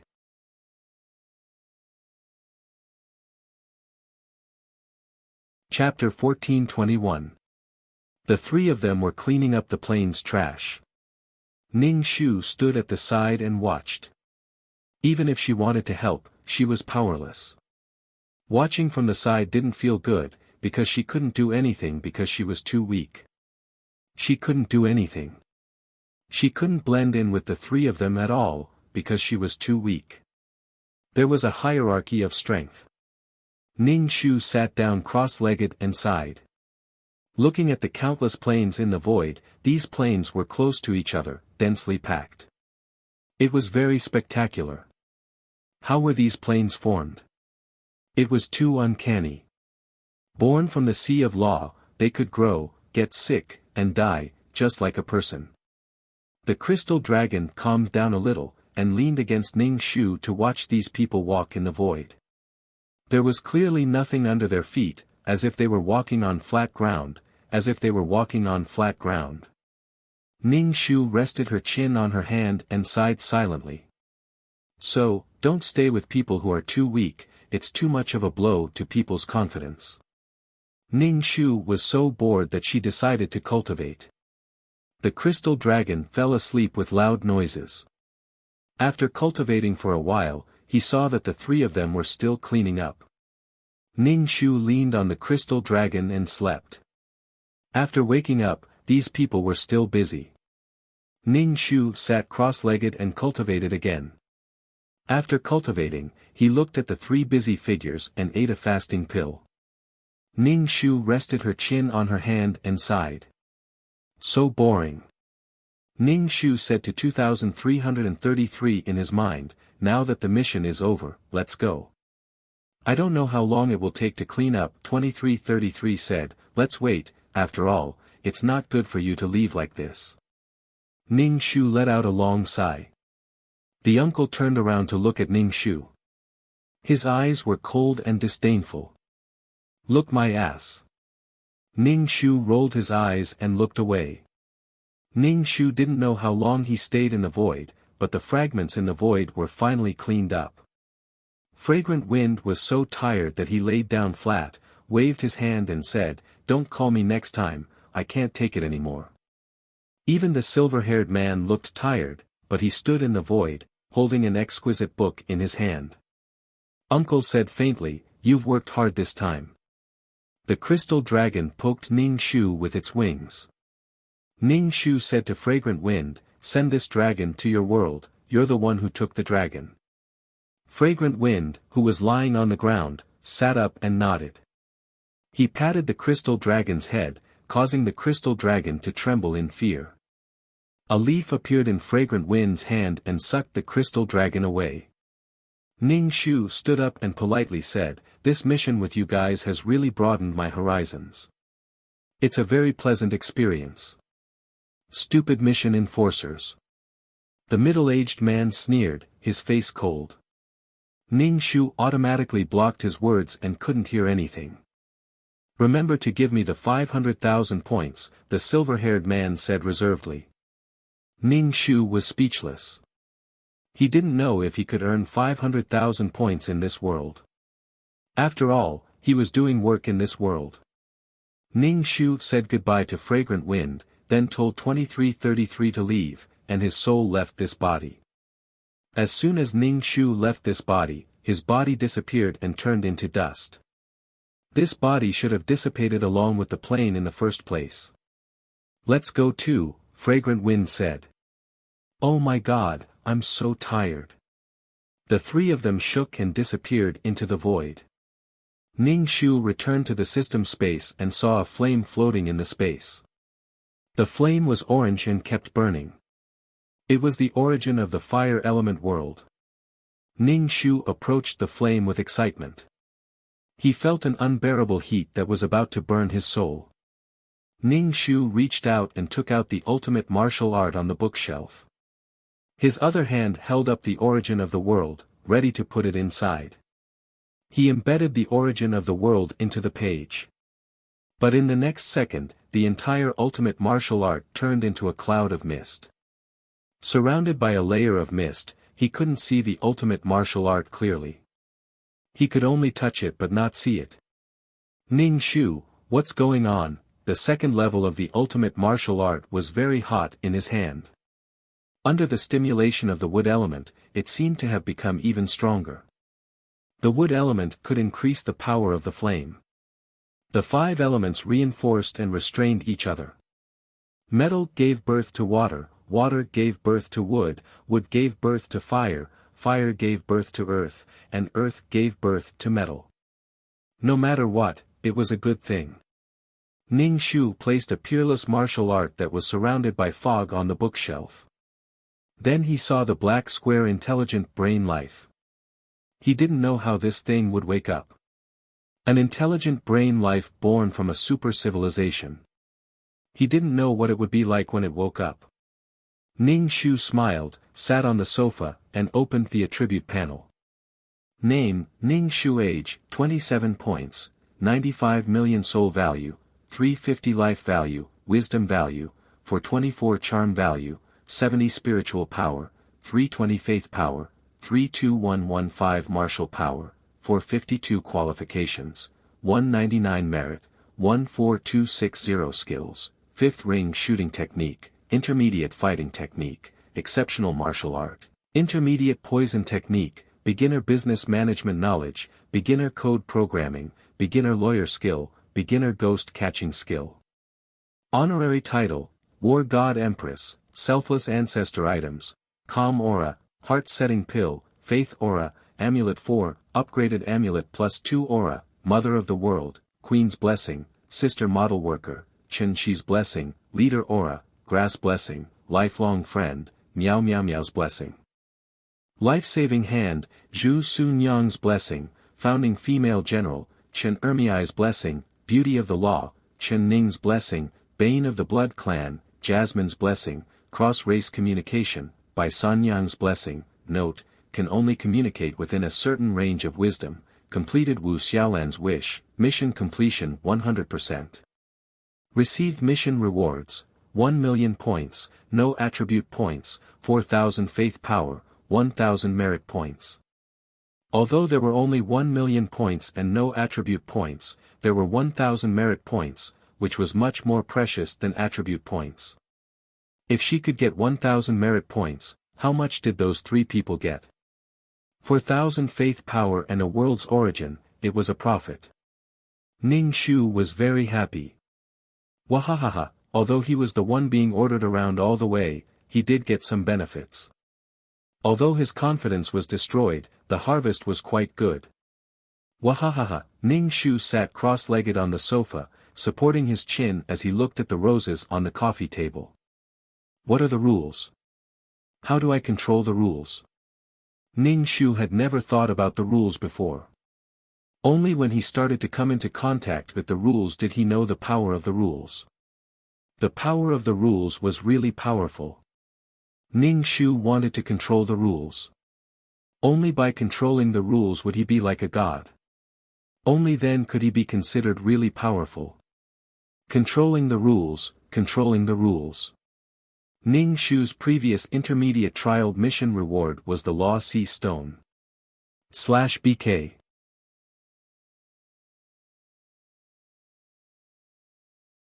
Chapter 1422. Ning Shu took out a pitch-black irregular Law Sea Stone, which looked like a lump of coal. This stone was born in the Law Sea, so it should have its own rules. However, this thing was very stiff and he didn't know how to use it. Ning Shu shook it in his hand and finally kept the Law Sea. However, at that level, many things were still unknown. Ning Shu put the Law Sea Stone away. Anyway, the road was paved one step at a time. She didn't know because she hadn't reached her goal yet. She would know eventually. Ning Shu lay down on the sofa and added merit and faith power to it. Name, Ning Shu. Age, 27 points, 10-000-3-000-000 Soul, 350 Life, Wisdom, 424 Charm, 70 Spirit, 320 Faith, Force, 452 Qualifications, 199 Merit, Skills, 5th Ring Shooting Technique, Intermediate Fighting Technique, Exceptional Martial Arts, Intermediate Poison Technique, Beginner Business Management Knowledge, Beginner Code Programming, Beginner Lawyer Skills, Beginner Ghost Catching Skills. Honorary titles, Goddess of War, Selfless Ancestor Tools, Calm Halo, Heart Calming Pill, Faith Halo, Amulet 4, Upgraded Amulet 2. Halo, Mother of the World, Queen's Blessing, Sister Model Worker, Chen Shi's Blessing, Leader Halo, Grass's Blessing, Best Friend for Life, Miao Miao Miao's Blessing. Life-Saving Hand, Zhu Sun Yang's Blessing, Founding Woman, Chen Ermiai's Blessing, Beauty of the Law, Chen Ning's Blessing, Bane of the Blood Clan, Jasmine's Blessing, Cross-Race Communication, by San Yang's Blessing, Note, can only communicate with intelligence within a certain range. She didn't earn any points in this world and had 3 million deducted. Other than the silver-haired man's 500,000, there was also the money she spent on shopping. The silver-haired man was getting darker and darker. He looked like a gentleman and was extremely cunning. After doing these things, Ning Shu decided to find 2333 to talk about life. Next time when you teleport to another world, can you check the information of that world? Otherwise, we will be working for free. Ning Shu said 2333. 2333, the system is asleep, the remarks system will assist you. A mechanical voice sounded. Ning Shu was speechless. Alright, stop playing dead. Be careful next time. If you trick me again, I won't play with you anymore. Ning Shu couldn't figure out how 2333 could become a system. A person like the system should be like Ching Fei. He had a meticulous mind and controlled his emotions in a gentle yet perverted manner. This world's harvest is not bad, wahahaha. 2333 laughed awkwardly. Ning Shu said seriously, 2333, we are one. My interest is your interest. If you drag me down, what's the point of playing? This is my negligence. Ning Shu lay down on the sofa. Let's work together in the future. Only then can we run faster. He made his stance clear to 2333. He only needed a few thousand more faith power to reach 40,000. Now, he only needed a few more points to reach 100 million points. Perhaps one mission would be enough. Ning Shu was quite happy. Although he could not build a world quickly, it was not bad to be able to become a super task taker. As a super task taker, he could enjoy some benefits. Ning Shu's heart was filled with fighting spirit. One day, he could be as strong as the three of them. He could be even stronger. Ning Shu felt his blood boiling, as if he had been injected with chicken blood. Even the black hole in the system space was much more pleasing to the eye. Although it had not merged yet, the black hole was getting smaller and smaller. Perhaps it would be completed soon. This meant that this thing was very powerful. As long as it was something good, he was not afraid of waiting. All the waiting was worth it. Ning Shu touched the bright red rose on the coffee table. The rose exuded a fragrance. Bright red and dazzling. Ning Shu hoped that he could be like this red rose. Under the erosion of time, he would always be so bright red, delicate, beautiful, and fragrant. A fragrance from the soul. Fighting for eternal life. There was someone she was chasing in front of her. Sure enough, it was good to interact more with other task takers. She could learn a lot from them. When she became a super task taker, she would also do missions with other task takers. She would understand the way other task takers did things. She would not go far if she remained stagnant. Mei Ziqing said he wanted to do missions with her last time, but she was not a super task taker. It seemed that super task takers were a hurdle. Barely.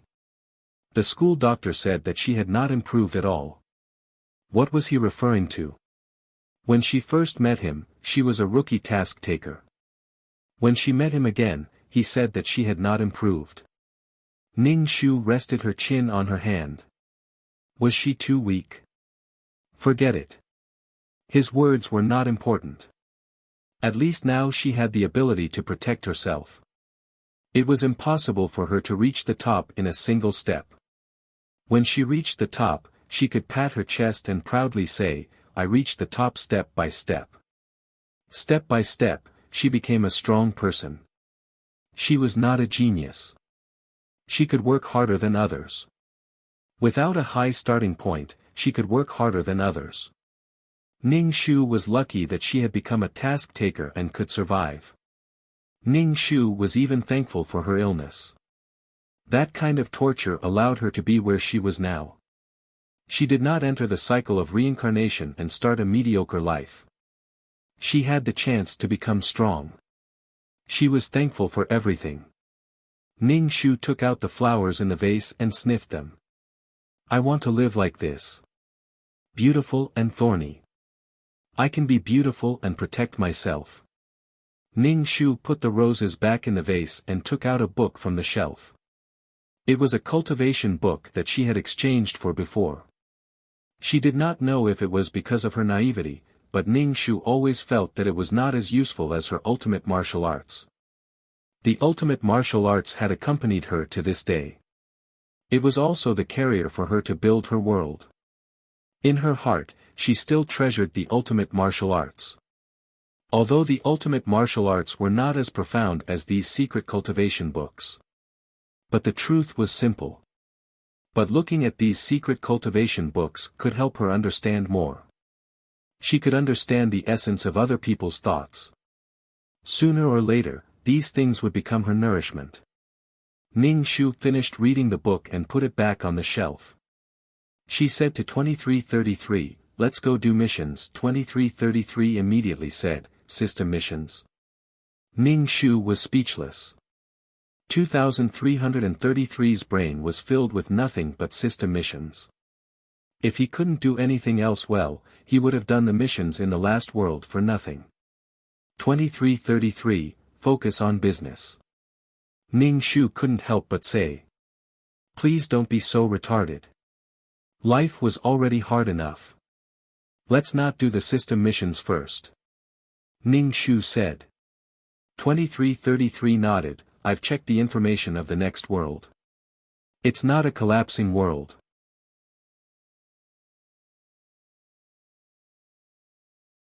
Chapter 1423. Why didn't they lock the mission when it was already like that in the previous world? Why did they let people take it? Wouldn't it be a waste of time? Ning Shu asked. If they were careless and received such a mission, it would be a waste of time. If they didn't complete the mission, they would still be killed. What a scam. Luck is also a kind of strength. If they really picked this kind of mission, they can only blame it on their bad luck. The higher-ups are only responsible for eliminating the worlds that have successfully turned the situation around. They don't care about the rest, 2333 said. Ning Shu was speechless. TSK, TSK, TSK. What a scam. She didn't have access to the higher-ups and didn't know who was scamming her. Enter the mission. Life was full of scams. She had to be vigilant at all times. The path of the strong was not easy. She just had to grit her teeth and run forward with tears in her eyes. Okay. Ning Shu felt weightless and her body merged into another body. After completely merging, Ning Shu's ears were buzzing with arguing.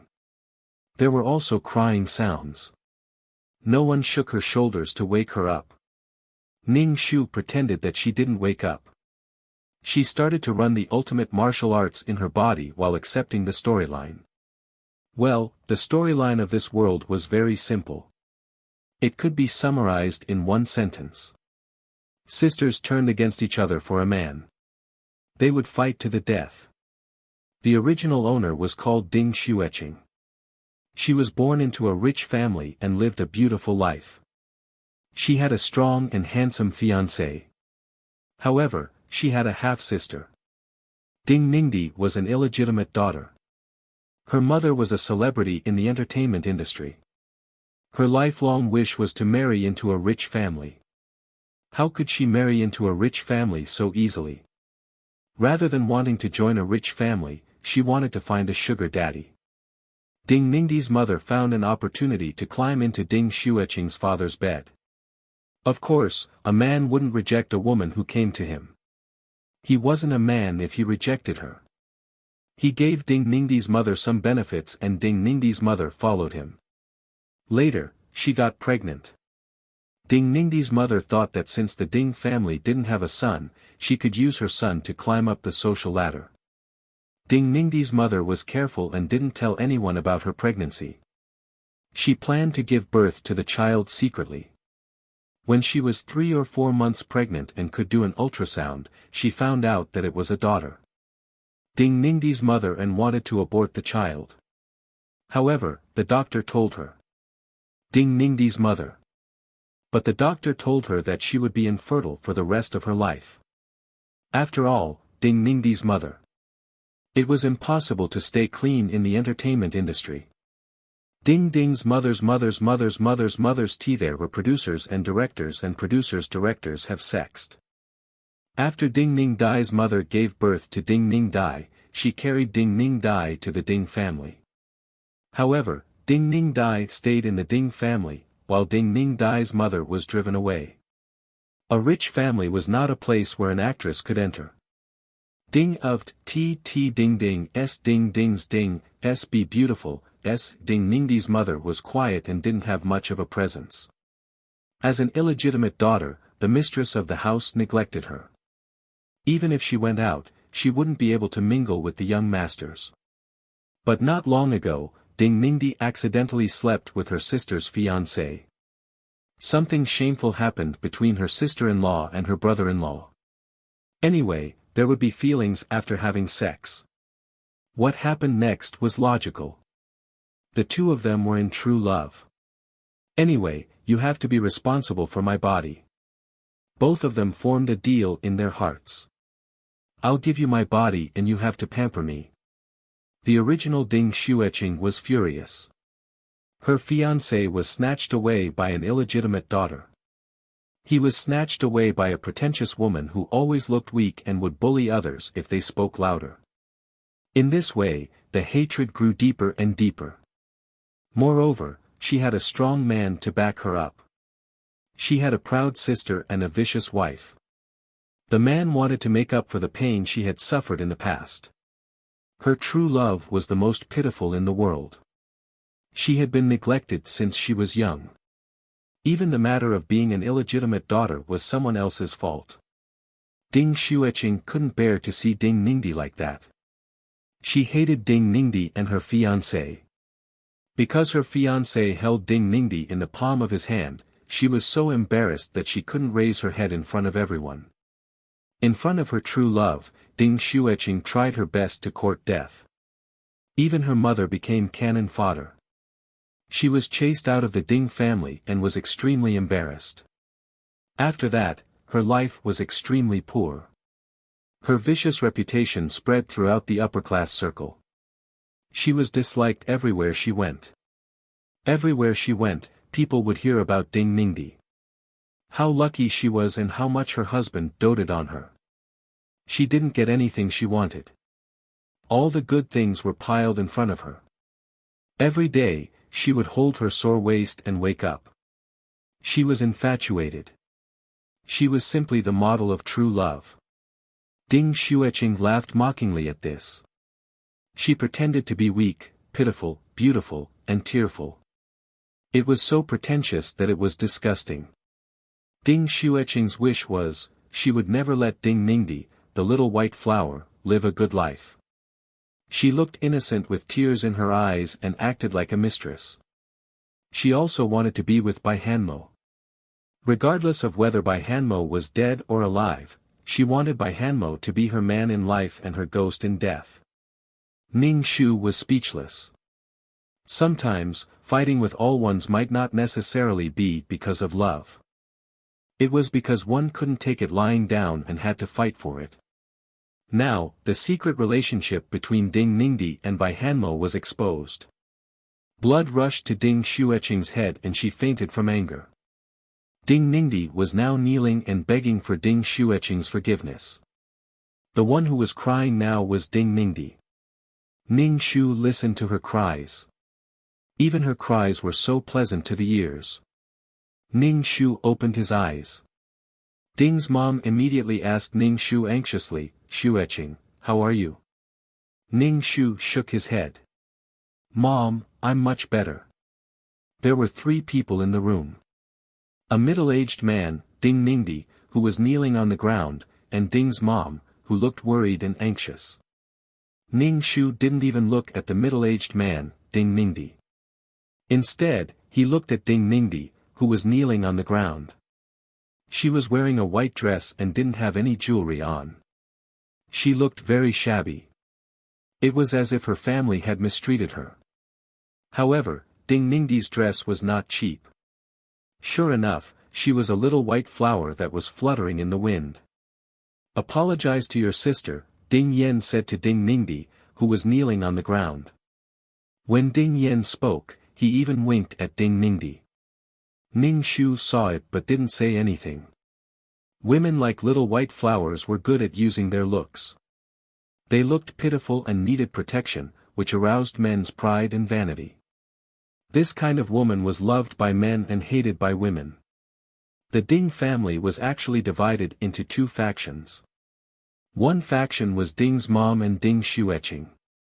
Ding Ningdi's existence was an insult to Ding's mom.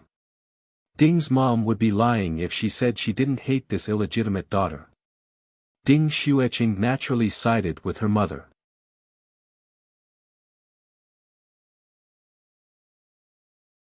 Chapter 1424. The client had always been indifferent to his illegitimate sister. He would never admit that Ding Ningxue was his sister. He would directly say that she was his father's other daughter.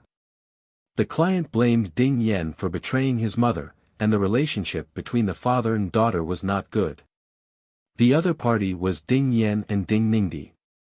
Every time Ding Ningdi looked at Ding Yan, she would look at Ding Yan with admiration, as if she wanted to get close to him but did not dare to. She would make tea for Ding Yan and do things for Ding Yan silently. It made people's hearts soften. Ding Yan would always protect her, whether intentionally or not. If they were not father and daughter, Ning Shu would have suspected that they were related. Ding Yan asked Ding Ningdi to apologize to Ning Shu. Ding Ningdi's eyes, which had been washed by tears, were moist and clear. Her eyelashes were wet, making them look even more perky. However, Ning Shu was not a man. If a man were to be stared at with such pitiful eyes, his heart would probably melt. Ning Shu stared straight at her with an expressionless face. What's the use of apologizing? She has been sleeping with Bai Hanmo for such a long time. If we didn't find out now, who knows how long we would have kept it a secret. Ding's mom's face was livid, and she looked at her husband with disappointment. Ding's mom was a lady from a wealthy family, so she knew when to advance or retreat. When Ding Ningdi's mother came to the door with the child, Ding's mom had calmed down. However, she was so angry that her body was trembling. She sneered at Ding Yan and said, "What are you going to do? Bai Hanmo is my daughter's fiancé." Ding Yan frowned and looked a little impatient with Ding's mom's overbearing attitude. Anyway, the marriage between the Ding family and the Bai family, before Ding Yan could say anything, he was interrupted by Ding's mom sharply. "Ding, you really have a good plan. As long as it's your daughter, it'll be fine." "My daughter, where is my Xueqing? Where is my Xueqing's face?"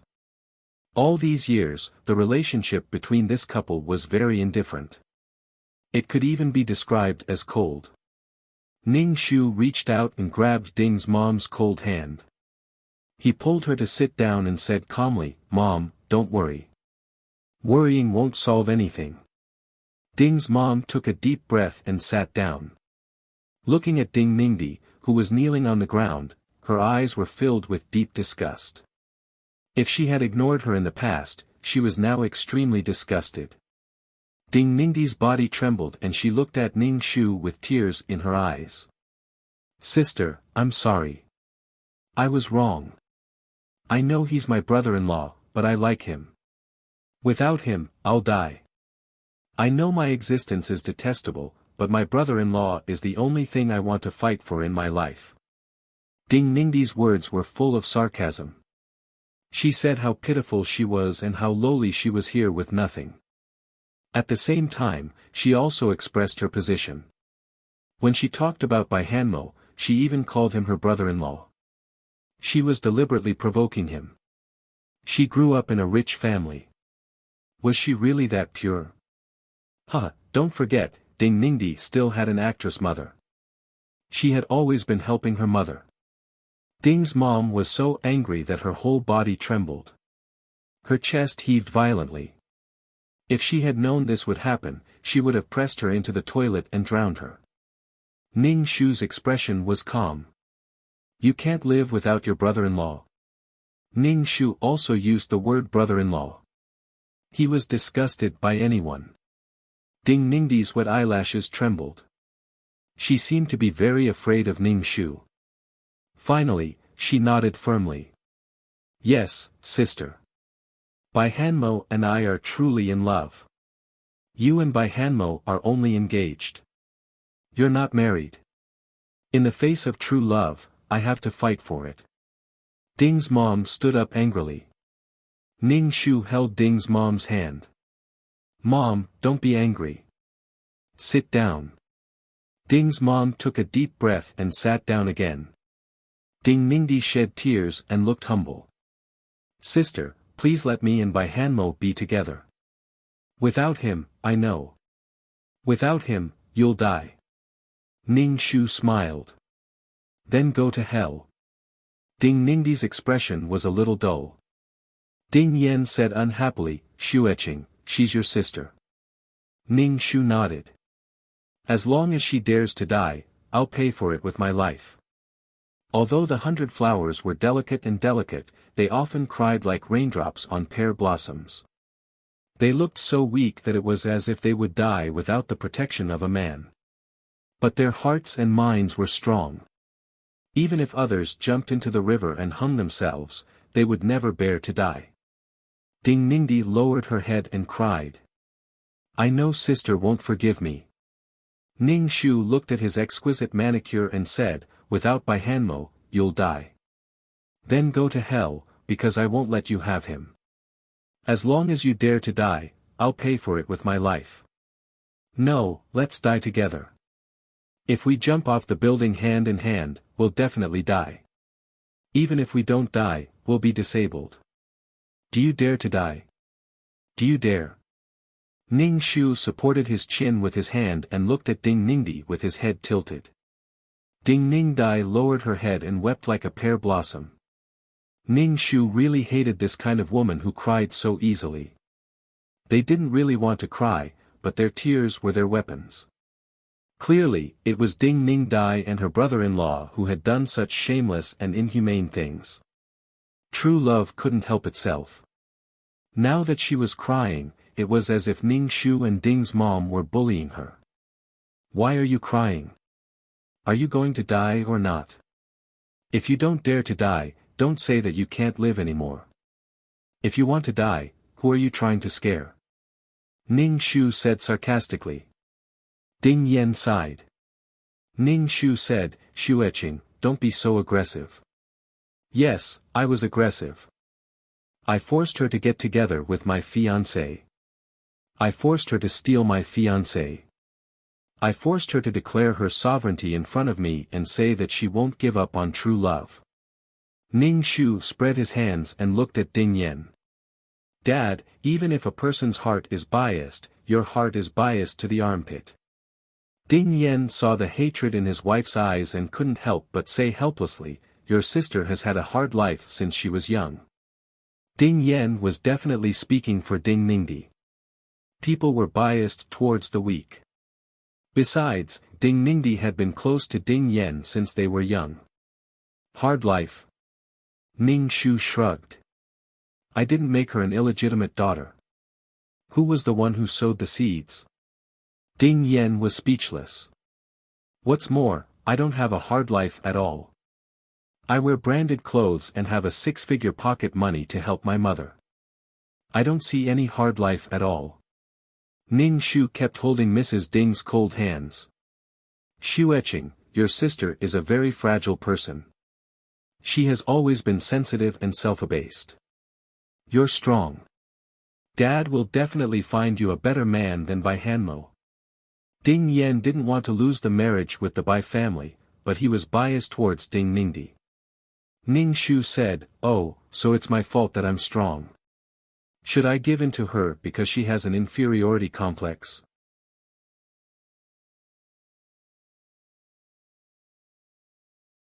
Chapter 1425.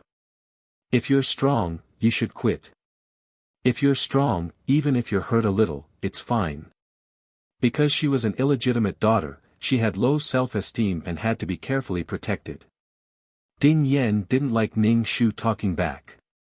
He didn't respect him as a father at all. He wasn't like Ding Ningdi, who called him daddy softly and looked at him with admiration and respect. He wasn't like his eldest daughter, who looked at him with disdain, as if he was a sinner. He just wasn't likable. You can't say that. After all, your sister Bai Hanmo has already done what's done. Shueching, you're more outstanding than your sister, so you'll definitely find a better man. Ding Yen frowned and said patiently. He wanted to resolve this peacefully. Ning Shu held his chin. So it's my fault that I'm outstanding. Besides tears and snot, she's useless. She even became a reason to threaten others. Who asked you to be so outstanding? I'm useless. It's not easy for a man to like me. You're outstanding, so you should quit. It was Ning Shu's first time seeing a situation where the weak were right and the strong should quit. It was the logic of a bandit. Didn't Ding Yan know that this was inappropriate? Of course, he knew. But he was biased towards Bai Ningdi and wanted to sacrifice his eldest daughter. Bai Ningdi cried silently. Drops of tears flowed out. She sobbed and said, I was framed. At a party, I was drugged and had sex with my brother-in-law. I didn't do it on purpose. Ning Shu nodded. Can you wipe your snot and tears? Do you know how disgusting you are when you cry? Ding Ningdi cried silently and bit her lip.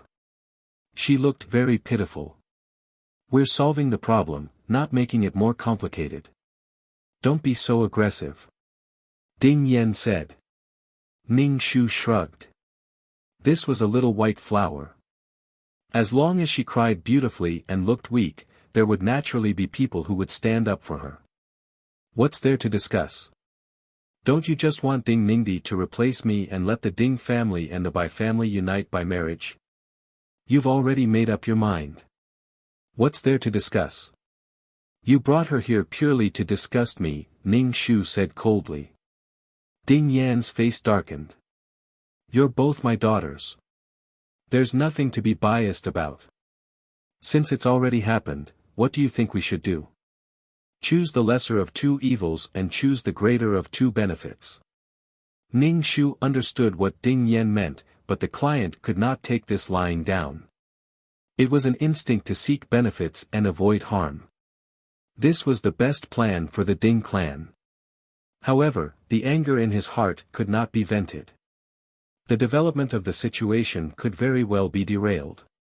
It was Ning Shu who saw Ding Ningdi's aggrieved look. She had taken advantage of everything, but she still looked like she was going to die. It was really infuriating. After adding the client into the mix, the ending was really not good. It was Ding Ningdi's mother who came to the Ding family for glory and wealth and gave birth to a daughter. All these years, the Ding family raised Ding Ningdi until she was an adult. They did not lack food or clothes, but more often than not, they ignored her existence. Did they have to treat an illegitimate daughter like she was their ancestor? In the eyes of others, this became very pitiful. How pitiful!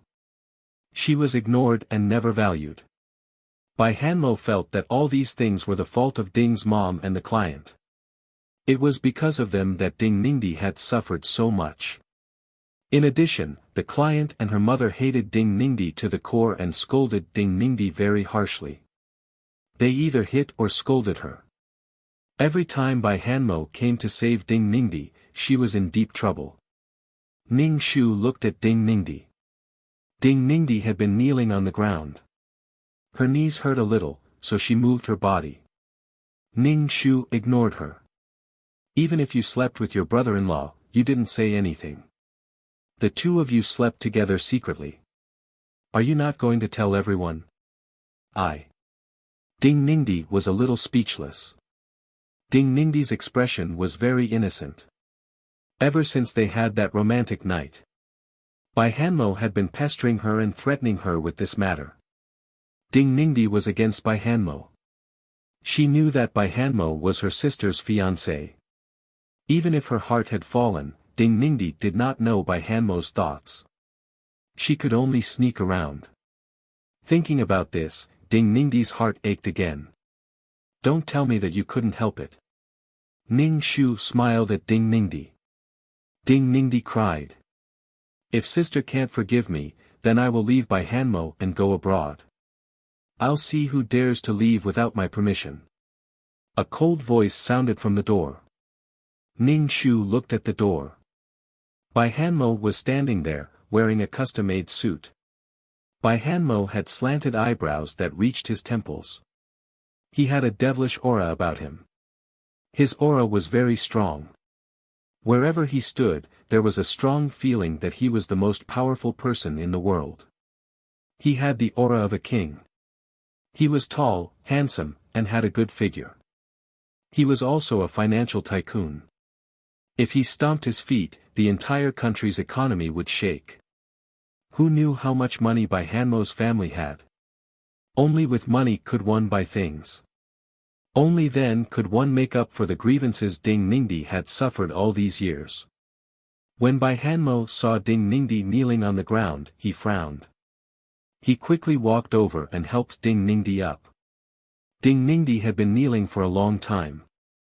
Her knees hurt. When Bai Hanmo pulled her up, she fell into Bai Hanmo's arms. Ding Ningdi quickly tried to push Bai Hanmo away. Bai Hanmo's face darkened. He immediately put his arm around Ding Ningdi's waist. Ding Ningdi's face immediately turned red. There were still tears on her face, but she looked shy. Ning Shu was really amazed. Ding's mom was about to lose her temper again. Ning Shu grabbed Ding's mom's hand. Ning Shu looked at the two people who were so close to each other. He said, "I'm your official fiancé. Is it okay for you to hug each other like this?" Ding Ningdi's face turned pale. She quickly pushed Bai Hanmo away. Bai Hanmo's face darkened even more. He said to Ding Ningdi coldly, "Who gave you the courage to push me away?" Ding Ningdi's eyes were filled with tears. They stuck to her eyelashes and wouldn't fall. Ning Shu admired Ding Ningdi. Her complexion was really amazing. She was like a chameleon. She could turn red and white at will. Her tears were crystal clear. Anyone who saw them would be soft-hearted. Seeing Ding Ningdi like this, Bai Hanmo's face darkened even more. He felt sorry for her. He hugged her and put his clothes on her. What era are we in now? You're still making people kneel. I've really learned something. Bai Hanmo glanced at the Ding family members in the room. No, it's me. Ding Ningdi tried to explain. You don't have to explain. I know. Bai Hanmo interrupted Ding Ningdi. Ding Ningdi looked at Ning Shu and Ding's mom timidly. She explained anxiously, "No, it's not what you think. You're tuning into the Han Li's Wuxia Adventures YouTube channel.